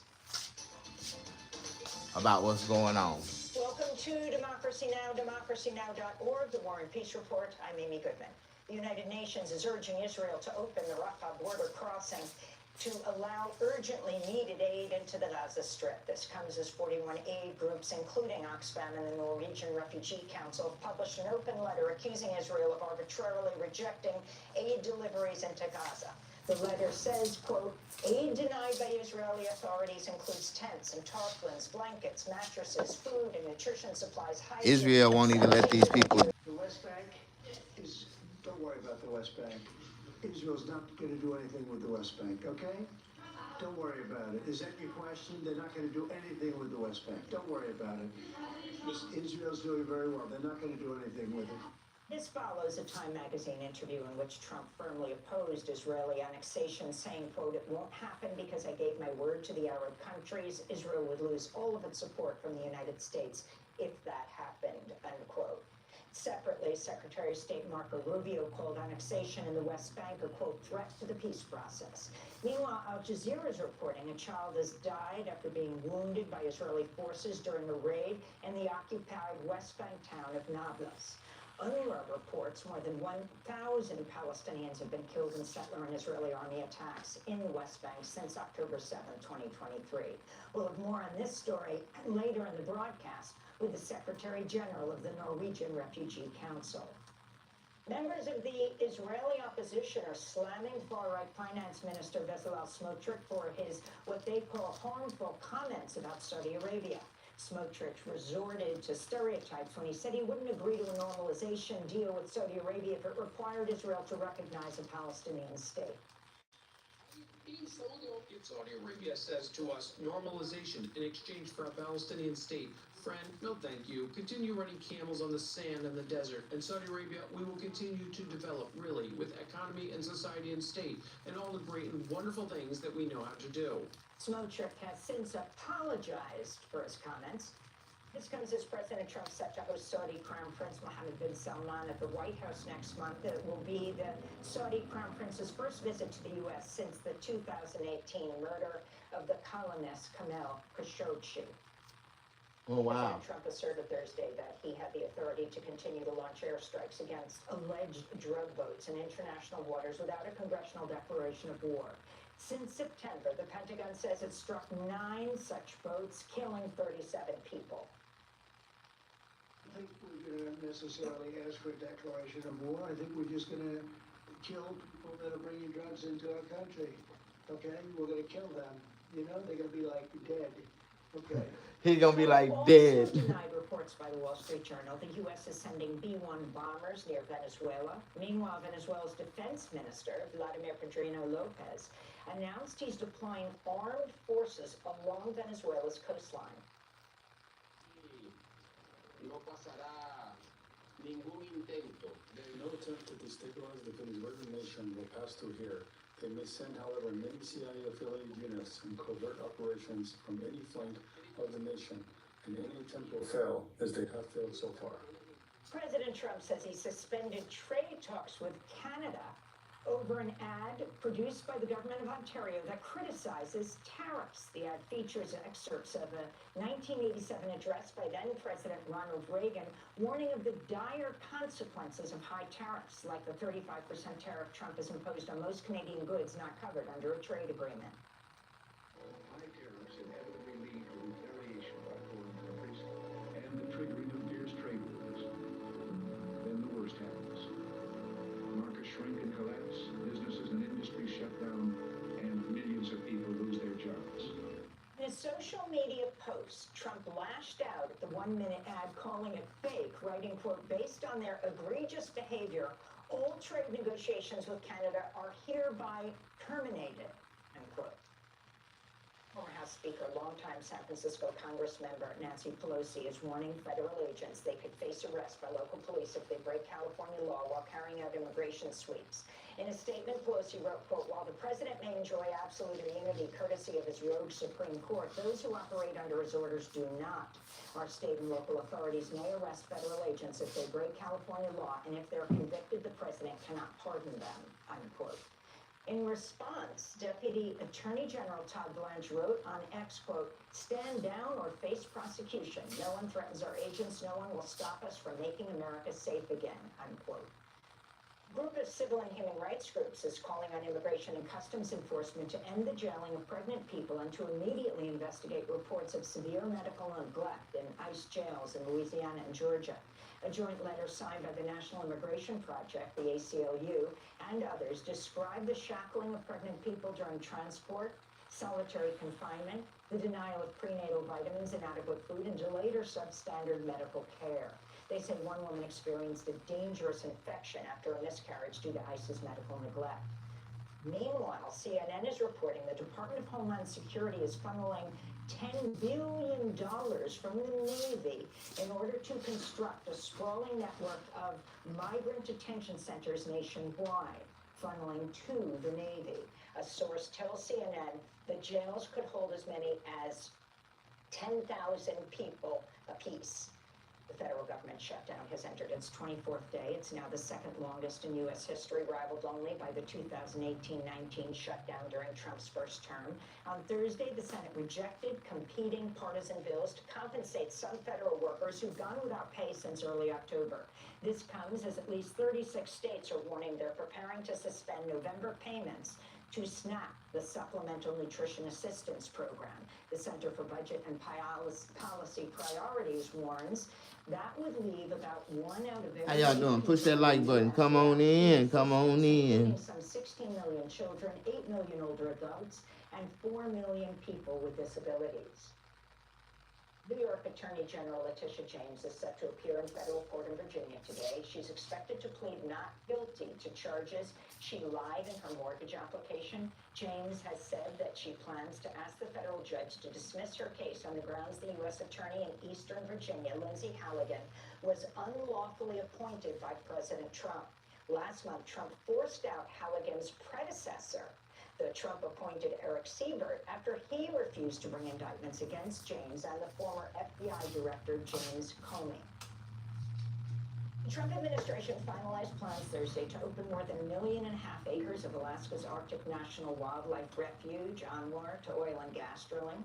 The Interior Department also announced the first oil and gas lease sale with the National Petroleum Reserve in Alaska since 2019, and it approved a more than 200-mile industrial road through Alaska's Izembek National Wildlife Refuge. Environmentalists condemned the announcements. In a statement, the Alaska Wilderness League wrote, quote, "Opening the entire coastal plain of the Arctic Refuge to drilling would destroy one of the most ecologically significant landscapes on Earth. The birthing grounds of the porcupine caribou herd, vital habitat for polar bears and migratory birds, and sacred land for the Gwich'in people who have stewarded its resources for millennia," unquote. President Trump Thursday pardoned the convicted founder of the cryptocurrency exchange Binance. Changpeng Zhao pleaded guilty in 2023 to enabling money laundering while he was CEO of Binance. According to the Wall Street Journal, Binance struck a deal with World Liberty Financial, the Trump family's crypto startup, which has generated $4.5 billion since Trump returned to office. Binance also reportedly hired lobbyist Charles McDowell, who's a close friend of Trump's son, Donald Trump Jr. Republican Senator Tom Tillis blasted Trump's pardon, saying it sends, quote, "a bad signal." When asked about Zhao's pardon, President Trump said, quote, "I don't know, he was recommended by a lot of people." Trump administration has released a list of wealthy donors and corporations funding President Trump's $300 million construction of a 90,000 square foot ballroom at the White House. Among the donors are Amazon, Apple, Microsoft, Meta, Palantir, Lockheed Martin, and more. Alphabet, the parent company of Google, is contributing $22 million after settling a lawsuit Trump filed against YouTube for banning him from the platform after he incited his followers to attack the Capitol on January 6, 2021. On Thursday, the Secret Service shut off public access to the Ellipse, a public park adjacent to the White House, one of the only spots to view the demolition. Photos show the entire East Wing has been knocked down.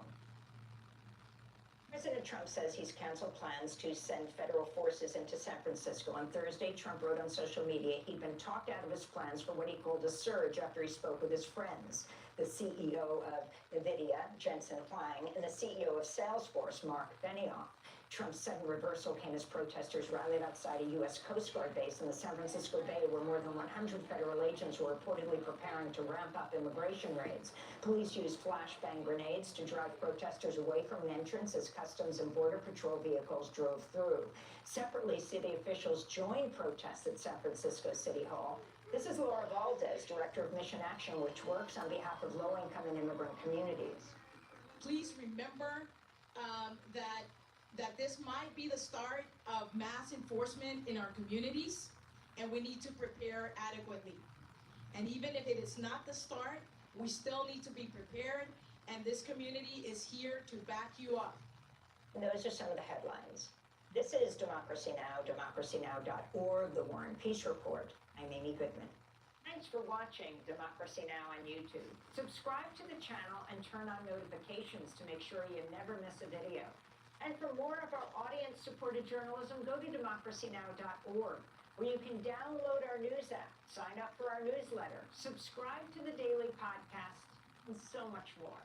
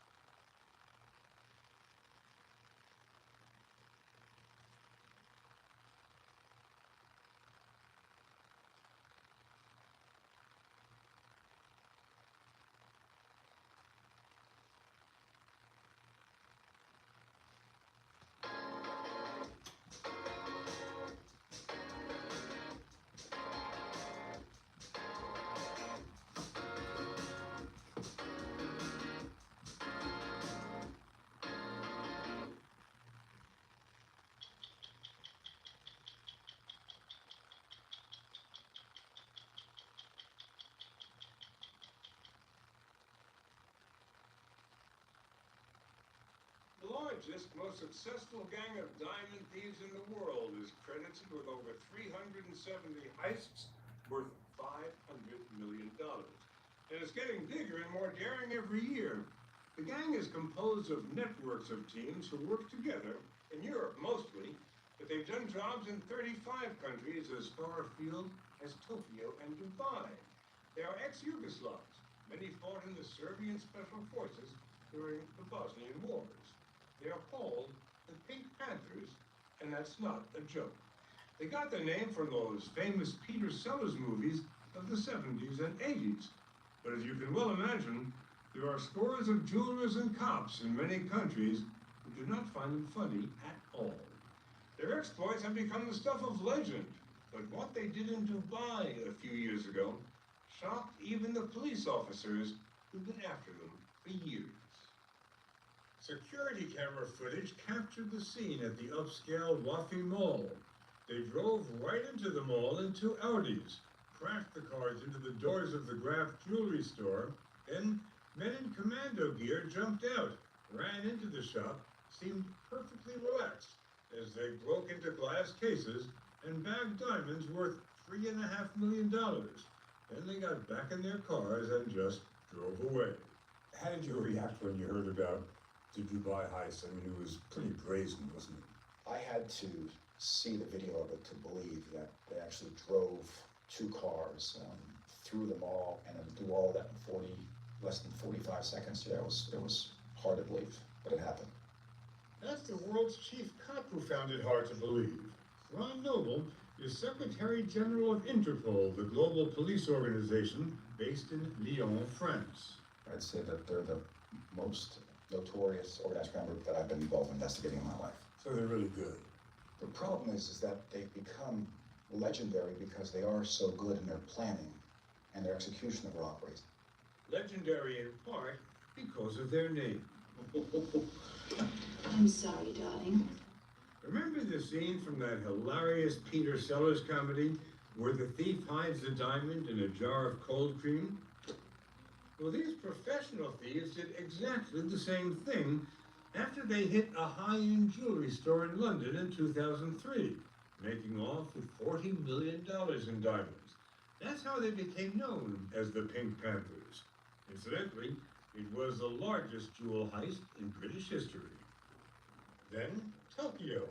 Men wearing wigs entered luxury shops, immobilized clerks with pepper spray, and made off with diamonds, a tiara, and the Comtesse de Vendôme necklace worth $30 million. Copenhagen, 2007. The jewelry store inside a hotel. In front of stunned guests, 3 men raced through the lobby and into the store. They smashed glass cases and made off with more than $1 million worth of stones. In the last 20 years, they've been responsible for $500 million in robberies. In all that time, there's been 1 fatality. What makes the Panthers so successful, Noble says, is how they do weeks of surveillance and preparation before an attack. These undercover shots show a team taking the measure of a target before a hit. The MO of the Pink Panthers is very clear. They tend to use a woman to case the jewelry stores first. An attractive woman. Attractive woman wearing expensive clothing, woman wearing expensive jewelry. A well-heeled man enters next, blocks the door open with his foot, and clears the path for the smash and grab men. 4 people altogether. Precise timing and well-planned getaways are their trademark. From the time they enter the door until they break all the glass in the cases, take the jewelry and are out in less than 30 seconds, and then they have a getaway plan. Within a matter of hours, they're in another country. That's their classic MO, if you will. If the Mafia grew out of Sicily, the Pink Panthers were a product of Montenegro and Serbia, the now independent republics in what was once Yugoslavia. They were allies in the brutal Bosnian wars against the Muslims. When UN sanctions halted the flow of products into the country, groups of soldiers became professional smugglers. Did many of them have paramilitary training? The Corps were fighters during the war. Paramilitary training, very organized, very disciplined, and ruthless. And those are the ones who started it back 94, 95, 96. So they learned their trade in the war. Yes, they grown up with aggression.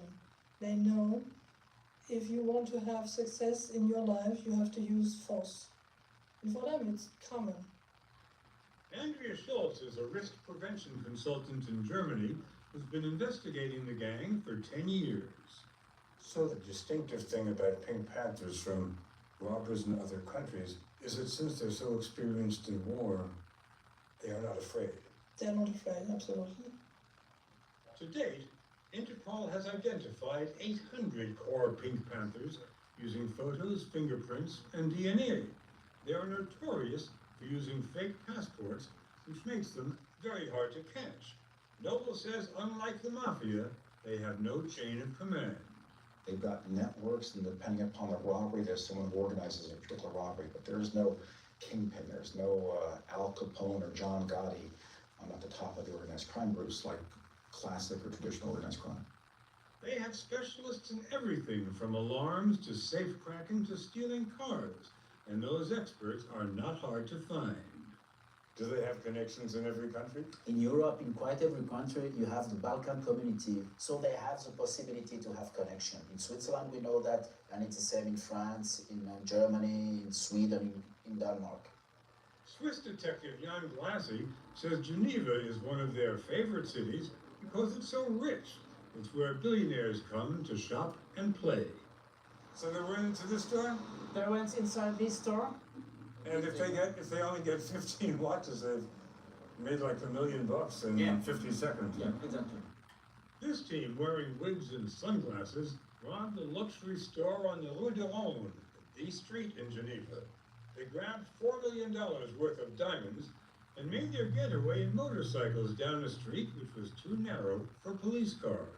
So it's almost a sport between you and them, isn't it? It is. It is always a little bit like that. That means they are always a step before us because they are changing the modus operandi. And yes, it's a little bit a cat and mouse game. They're professionals. They are really, really professional. There's no way for you to get there in No. For the cops, it's very difficult. Normally, we can say between 3 and 5 minutes. And by that time, they're in France. At that time, they are on the way to France. The James Bond blockbuster could be made out of what they did in Saint-Tropez. The roads get clogged in summer, so after posing as tourists and scoring more than $3 million worth of jewelry, the Panthers made their getaway by sea. And when you hear that they got out of Saint-Tropez in speedboats, are you thinking, that's pretty good? By the way, all the cops were thinking that. That's pretty good, but now we have a lot of job to do. We drove to the seaside town of Olsztyn, Montenegro to meet a semi-retired Pink Panther who's been associated with that job. He calls himself Philip. He agreed to talk to us at a rented apartment in a secret location. We had to turn off our electronic devices before he appeared, and we agreed not to show his face. How many jobs have you done? 9. 9. What was your best robbery? My best robbery. Okay, in France was my best robbery. It was very, very speedy. Very speedy. Yeah, very speedy, like Speedy Gonzalez. It was good money, and nobody hurts. You get a couple of million euros in France, and then how did you get them someplace where you could get money? I have a connection everywhere. If I say everywhere, I mean everywhere. We go to Belgium. We have France. When they go to Belgium, they always drop in on Antwerp, where gems worth billions are traded every day. We know that a lot of diamonds come to Antwerp, stolen diamonds, stolen jewelry. Why do they come to Antwerp? Because the diamond trade is here in Antwerp. Patrick Pays is chief inspector of the Antwerp Diamond Squad. If you compare their volume and their value, is the best product in the world, of course. And that's why diamonds are so much used in other criminal acts. Making matters worse for cops, only the most expensive diamonds have laser inscriptions with identifying numbers. And even then, large diamonds can be recut, making it impossible to tell whether or not they've been stolen. So from what you're saying, being a diamond thief isn't a bad career. You make a lot of money, and the odds are with you. The odds are with you that you're not going to get I wouldn't caught. advise anybody to start that career, but yes, I can imagine from their view that, yeah, it's a living, it's a way of living, and the possibilities of getting caught are probably not that high. And recently we learned the Pink Panthers have started branching out. We know them as jewelry thieves. Are they expanding their operations? They're expanding their operations into art, and very, very fine art. In 2008, a group of armed and masked Panthers hit this museum in Zurich, making off with a Monet, a Van Gogh, a Degas, and a Cézanne. It was the largest art robbery in European history. The last of the paintings was recovered in April 2012 in a dramatic raid captured on videotape. The Serbian SWAT team stormed this house to arrest the men accused of snatching the Impressionist works. The cops took a van in for examination and found something hidden in the ceiling. When they pulled it out, they discovered it was Cézanne's Boy in the Red Vest. Estimated value, $113 million. But nailing a couple of Panthers doesn't help the police nearly as much as they would like it to. Now, when one of these guys gets caught, will he squeal? Will he give you evidence about the other people, his partners? No, there is an omerta between them. The omerta really works. The omerta really works, and when we are speaking about the best teams, a lot of them are really friends. That means they grew up together. Still, since 2007, hundreds of arrests have been made. But those Panthers just keep on reproducing. We understand that there are approximately 180 new members in the last couple of years.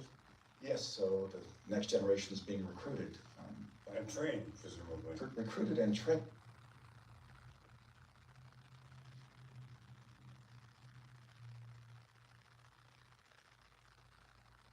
Card number online, but have no problem handing over your plastic card at a store?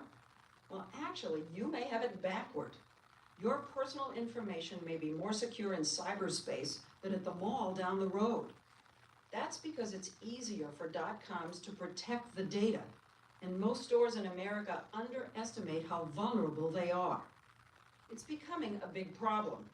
The retail industry got a wake-up call earlier this year when TJX, parent company of TJ Maxx and Marshalls, disclosed that it had suffered the worst high-tech heist in shopping history. Hackers raided the company's computer system, taking off with tens of millions of records. And what we have learned is TJX could have prevented it. They collected too much personal information. They kept it too long, and finally, they didn't keep it according to appropriate security standards. Jennifer Stoddard led the investigation of the TJX theft for the Canadian government and released her findings before investigations in the US are finished. TJX operates chains in both countries. Is there an actual place where the crime took place? Yes, it seems that the intrusion happened at 2 Marshalls stores in the Miami area. Did the crime happen inside the stores or outside the store? This was a case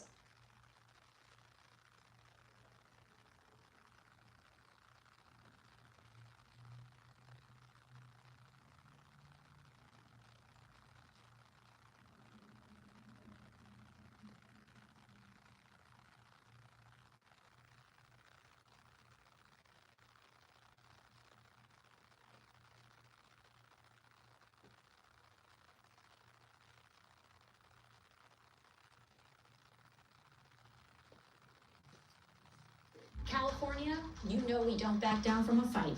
And this November, the fight belongs to you. Donald Trump is redrawing election maps to force through a Congress that only answers to him, not the people. If he gets away with it, all bets are off for our health care, our paychecks, and our freedoms. With Prop 50, we can stop him. Prop 50.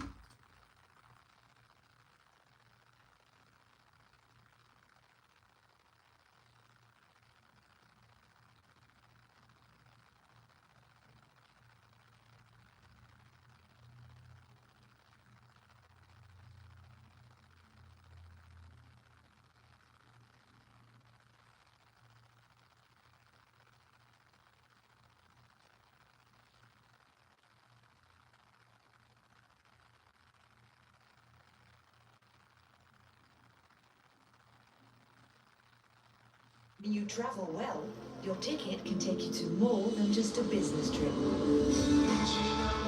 It shows you what you can't do on a call. Well, health benefits aren't the only thing that can soon disappear. Millions of Californians on the federal SNAP program, also known as CalFresh, could see their benefits vanish because of the shutdown. California and a host of other states are warning that SNAP recipients, if nothing changes, federal funding will end less than 2 weeks from now. And as NBC Mayor's Jody Hernandez tells us, many say they're just not sure how they're going to feed their families if that does happen. I'm extremely worried. I am scared. Contra Costa College student Megan Rojas DeVork says she, her brother, and a single mom rely on the food bank and the CalFresh program to keep food on the table. She gets $200 a month on her CalFresh EBT card, and she needs every penny. I definitely depend on those funds. I definitely need the money to be able to afford groceries for my family and to be able to eat at the end of the day. But the SNAP benefits Megan and millions of others rely on are expected to run out of funding at the end of the month because of the government shutdown. The California Department of Social Services website warns the federally funded program will not get any more money until the president and Congress take action. We are very concerned that thousands of families in this county and tens of thousands and more around the state are going to lose their food nutrition benefits and food stamps starting in November as a result of this government shutdown. Contra Costa County Supervisor John Joya says more than 108,000 residents in Contra Costa County alone rely on SNAP. Grocery stores will also take a hit. Stores get millions of dollars in revenue from the program. Having people go hungry, having families not receive nutrition benefits, I can't think of things how it gets any worse. Food banks are now gearing up to fill the void. With grocery prices on the rise and federal workers furloughed, lines are already longer than normal. They say it's only going to get worse. If they're not having benefits, we're expecting to see new faces who have not come to the food bank before, and we're expecting people to come to more and more distributions. Megan says she's already researching where she can pick up more free food, and she's not just worried for her own family.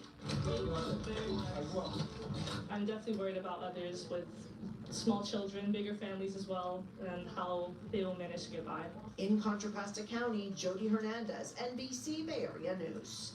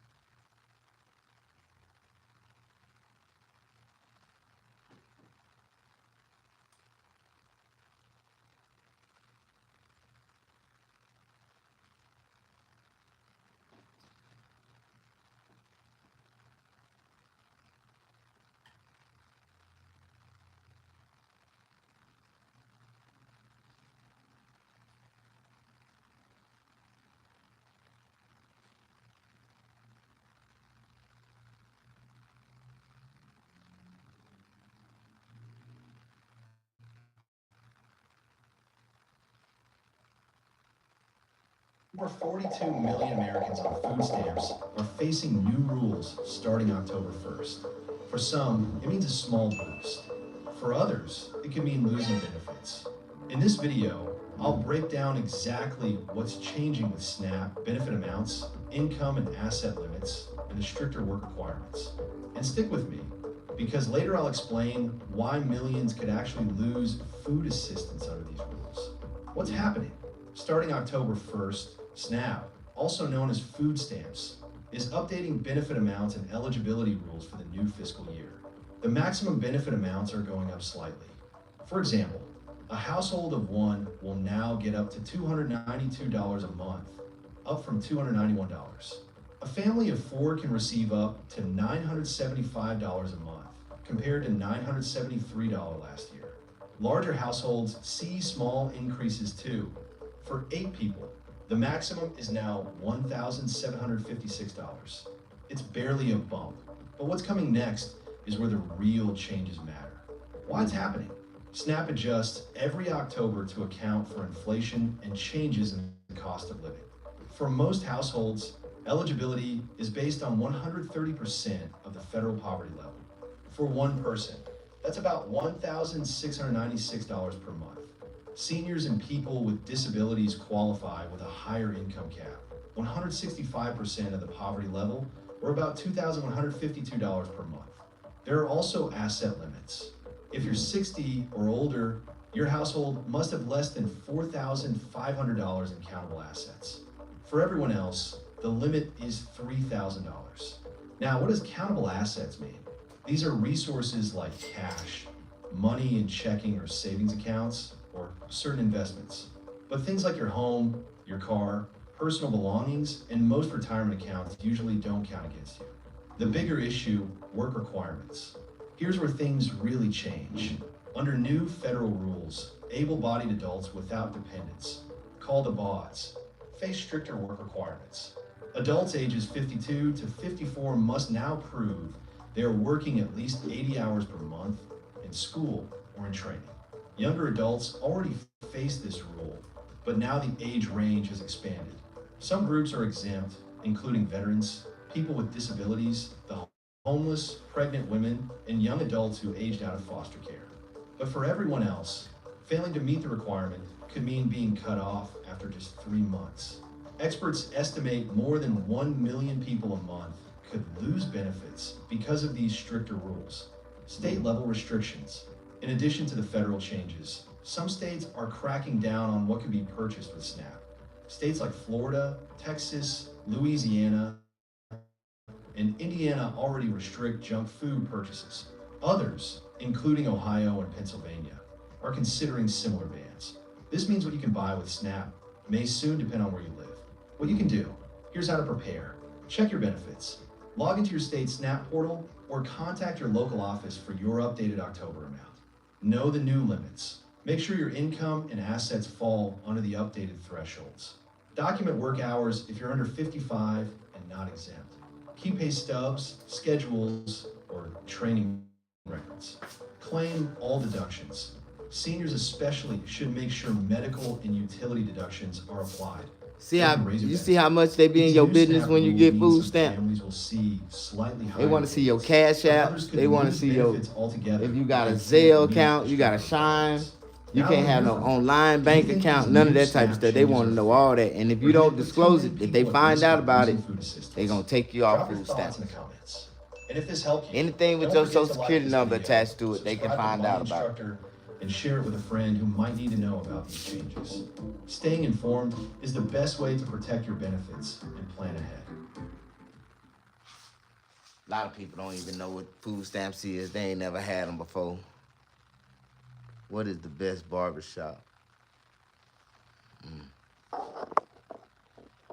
All right. I'm finna take me a nap. I'm finna go eat me some breakfast. Then I'm gonna take me a nap. I'm gonna go out to eat. That's what I'm gonna do. Put these shoes on.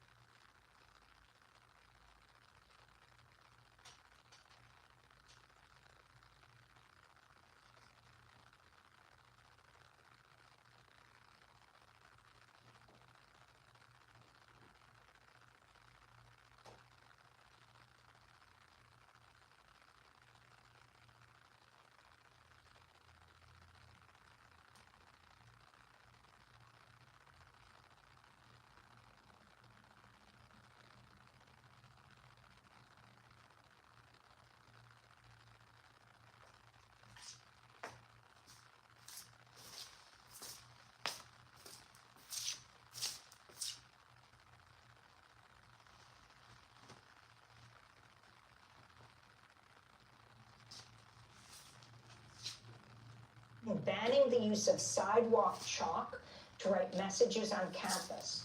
The Muslim Public Affairs Council and others have called on VCU to immediately release the degrees of Serene and another student.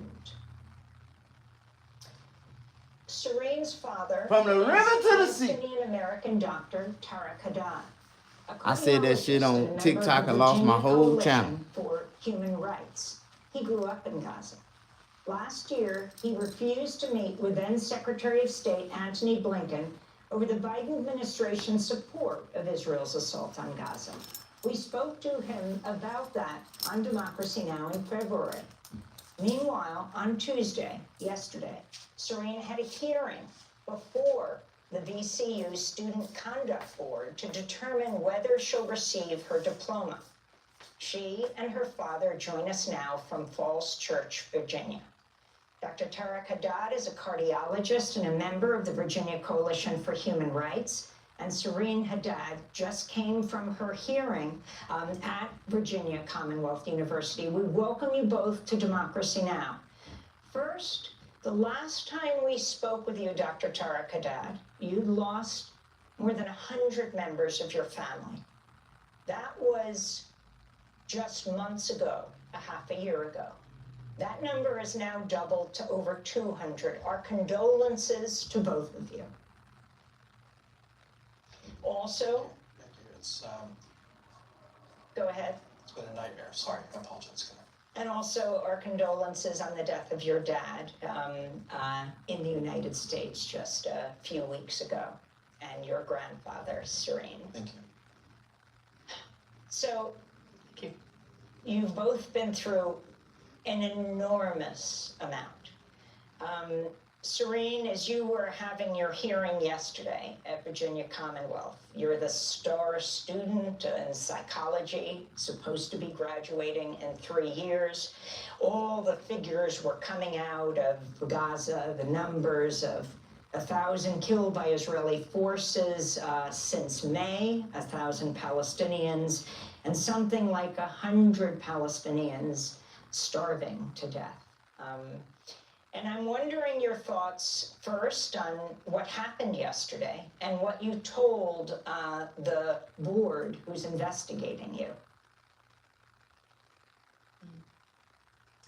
Yeah, I think that in general, a lot of the VCU policies were created and fabricated in response to the Palestinian protests. I think that the policies that are made, they're not about policy, it's not about procedure, it's about repression, and it's very clear, specifically when, in response to the SJPs every single Wednesday, we would use sidewalk chalk to chalk messages like Free Palestine or VCU is complicit in genocide. VCU then responded months later by banning the use of sidewalk chalk in many areas across the campus, and one of the only areas they allow sidewalk chalk is actually this small area that's hidden in near 3 different dumpsters. So I think that the way the hearing went yesterday, we're going to find out what decision the VCU makes and what the Student Conduct Board ends up making. I advocated and I pled my case. Thankfully, I had representation from Palestine Legal and had a great support system. There was an action letter that went out that had over 5,400 signatures on it. And I think at the end of the day, whatever VCU decides, I have made peace with the fact that I don't need a university who is materially invested in a genocide's approval about whether I deserve my degree or not. And I think that I can understand that I am on the right side of history, and I don't need a university to tell me that. But you did go to school and paid for that schooling for 3 years. Dr. Haddad, how did you feel when you heard your daughter, who worked so hard through her college career, was not going to get her diploma? And did this mean you didn't get to walk this year? So I did get to walk across the stage. I just didn't get a diploma, although everyone else did. And I walked on May 10th, and I received the notice that I wasn't going to be getting my diploma and degree on May 7th, so just 3 days prior to my graduation. Dr. Haddad, how did you feel? Yeah, so I think mixed emotions. What I would say is, obviously no parent wants to see their child having their degree inappropriately withheld, but I was also very proud. And what I mean by that is I've always, every parent wants their children to care about something more than themselves. to advocate for something more themselves, to believe in the goodness of people, and to try to always try to do what you can to make the world around them better. And there's no better example of that than advocating for the rights of oppressed Palestinians for the past 75 years. Since they were children, we've always advocated for that. You care about something more than yourself, help make the world a better place, and just have an impact on people. And she's shown that, and she's made us incredibly proud. You know, the fact that she has integrity, that she's not just being silent and doing what's necessarily best for her, but doing what's best for all of her family in Gaza who are starving, who are dying, who are malnourished, and it just shows the utter humanity that my daughter has. Dr. Haddad, in fact, what are you hearing from your family back in Gaza? You grew up there. Talk about, 200 members of your extended family.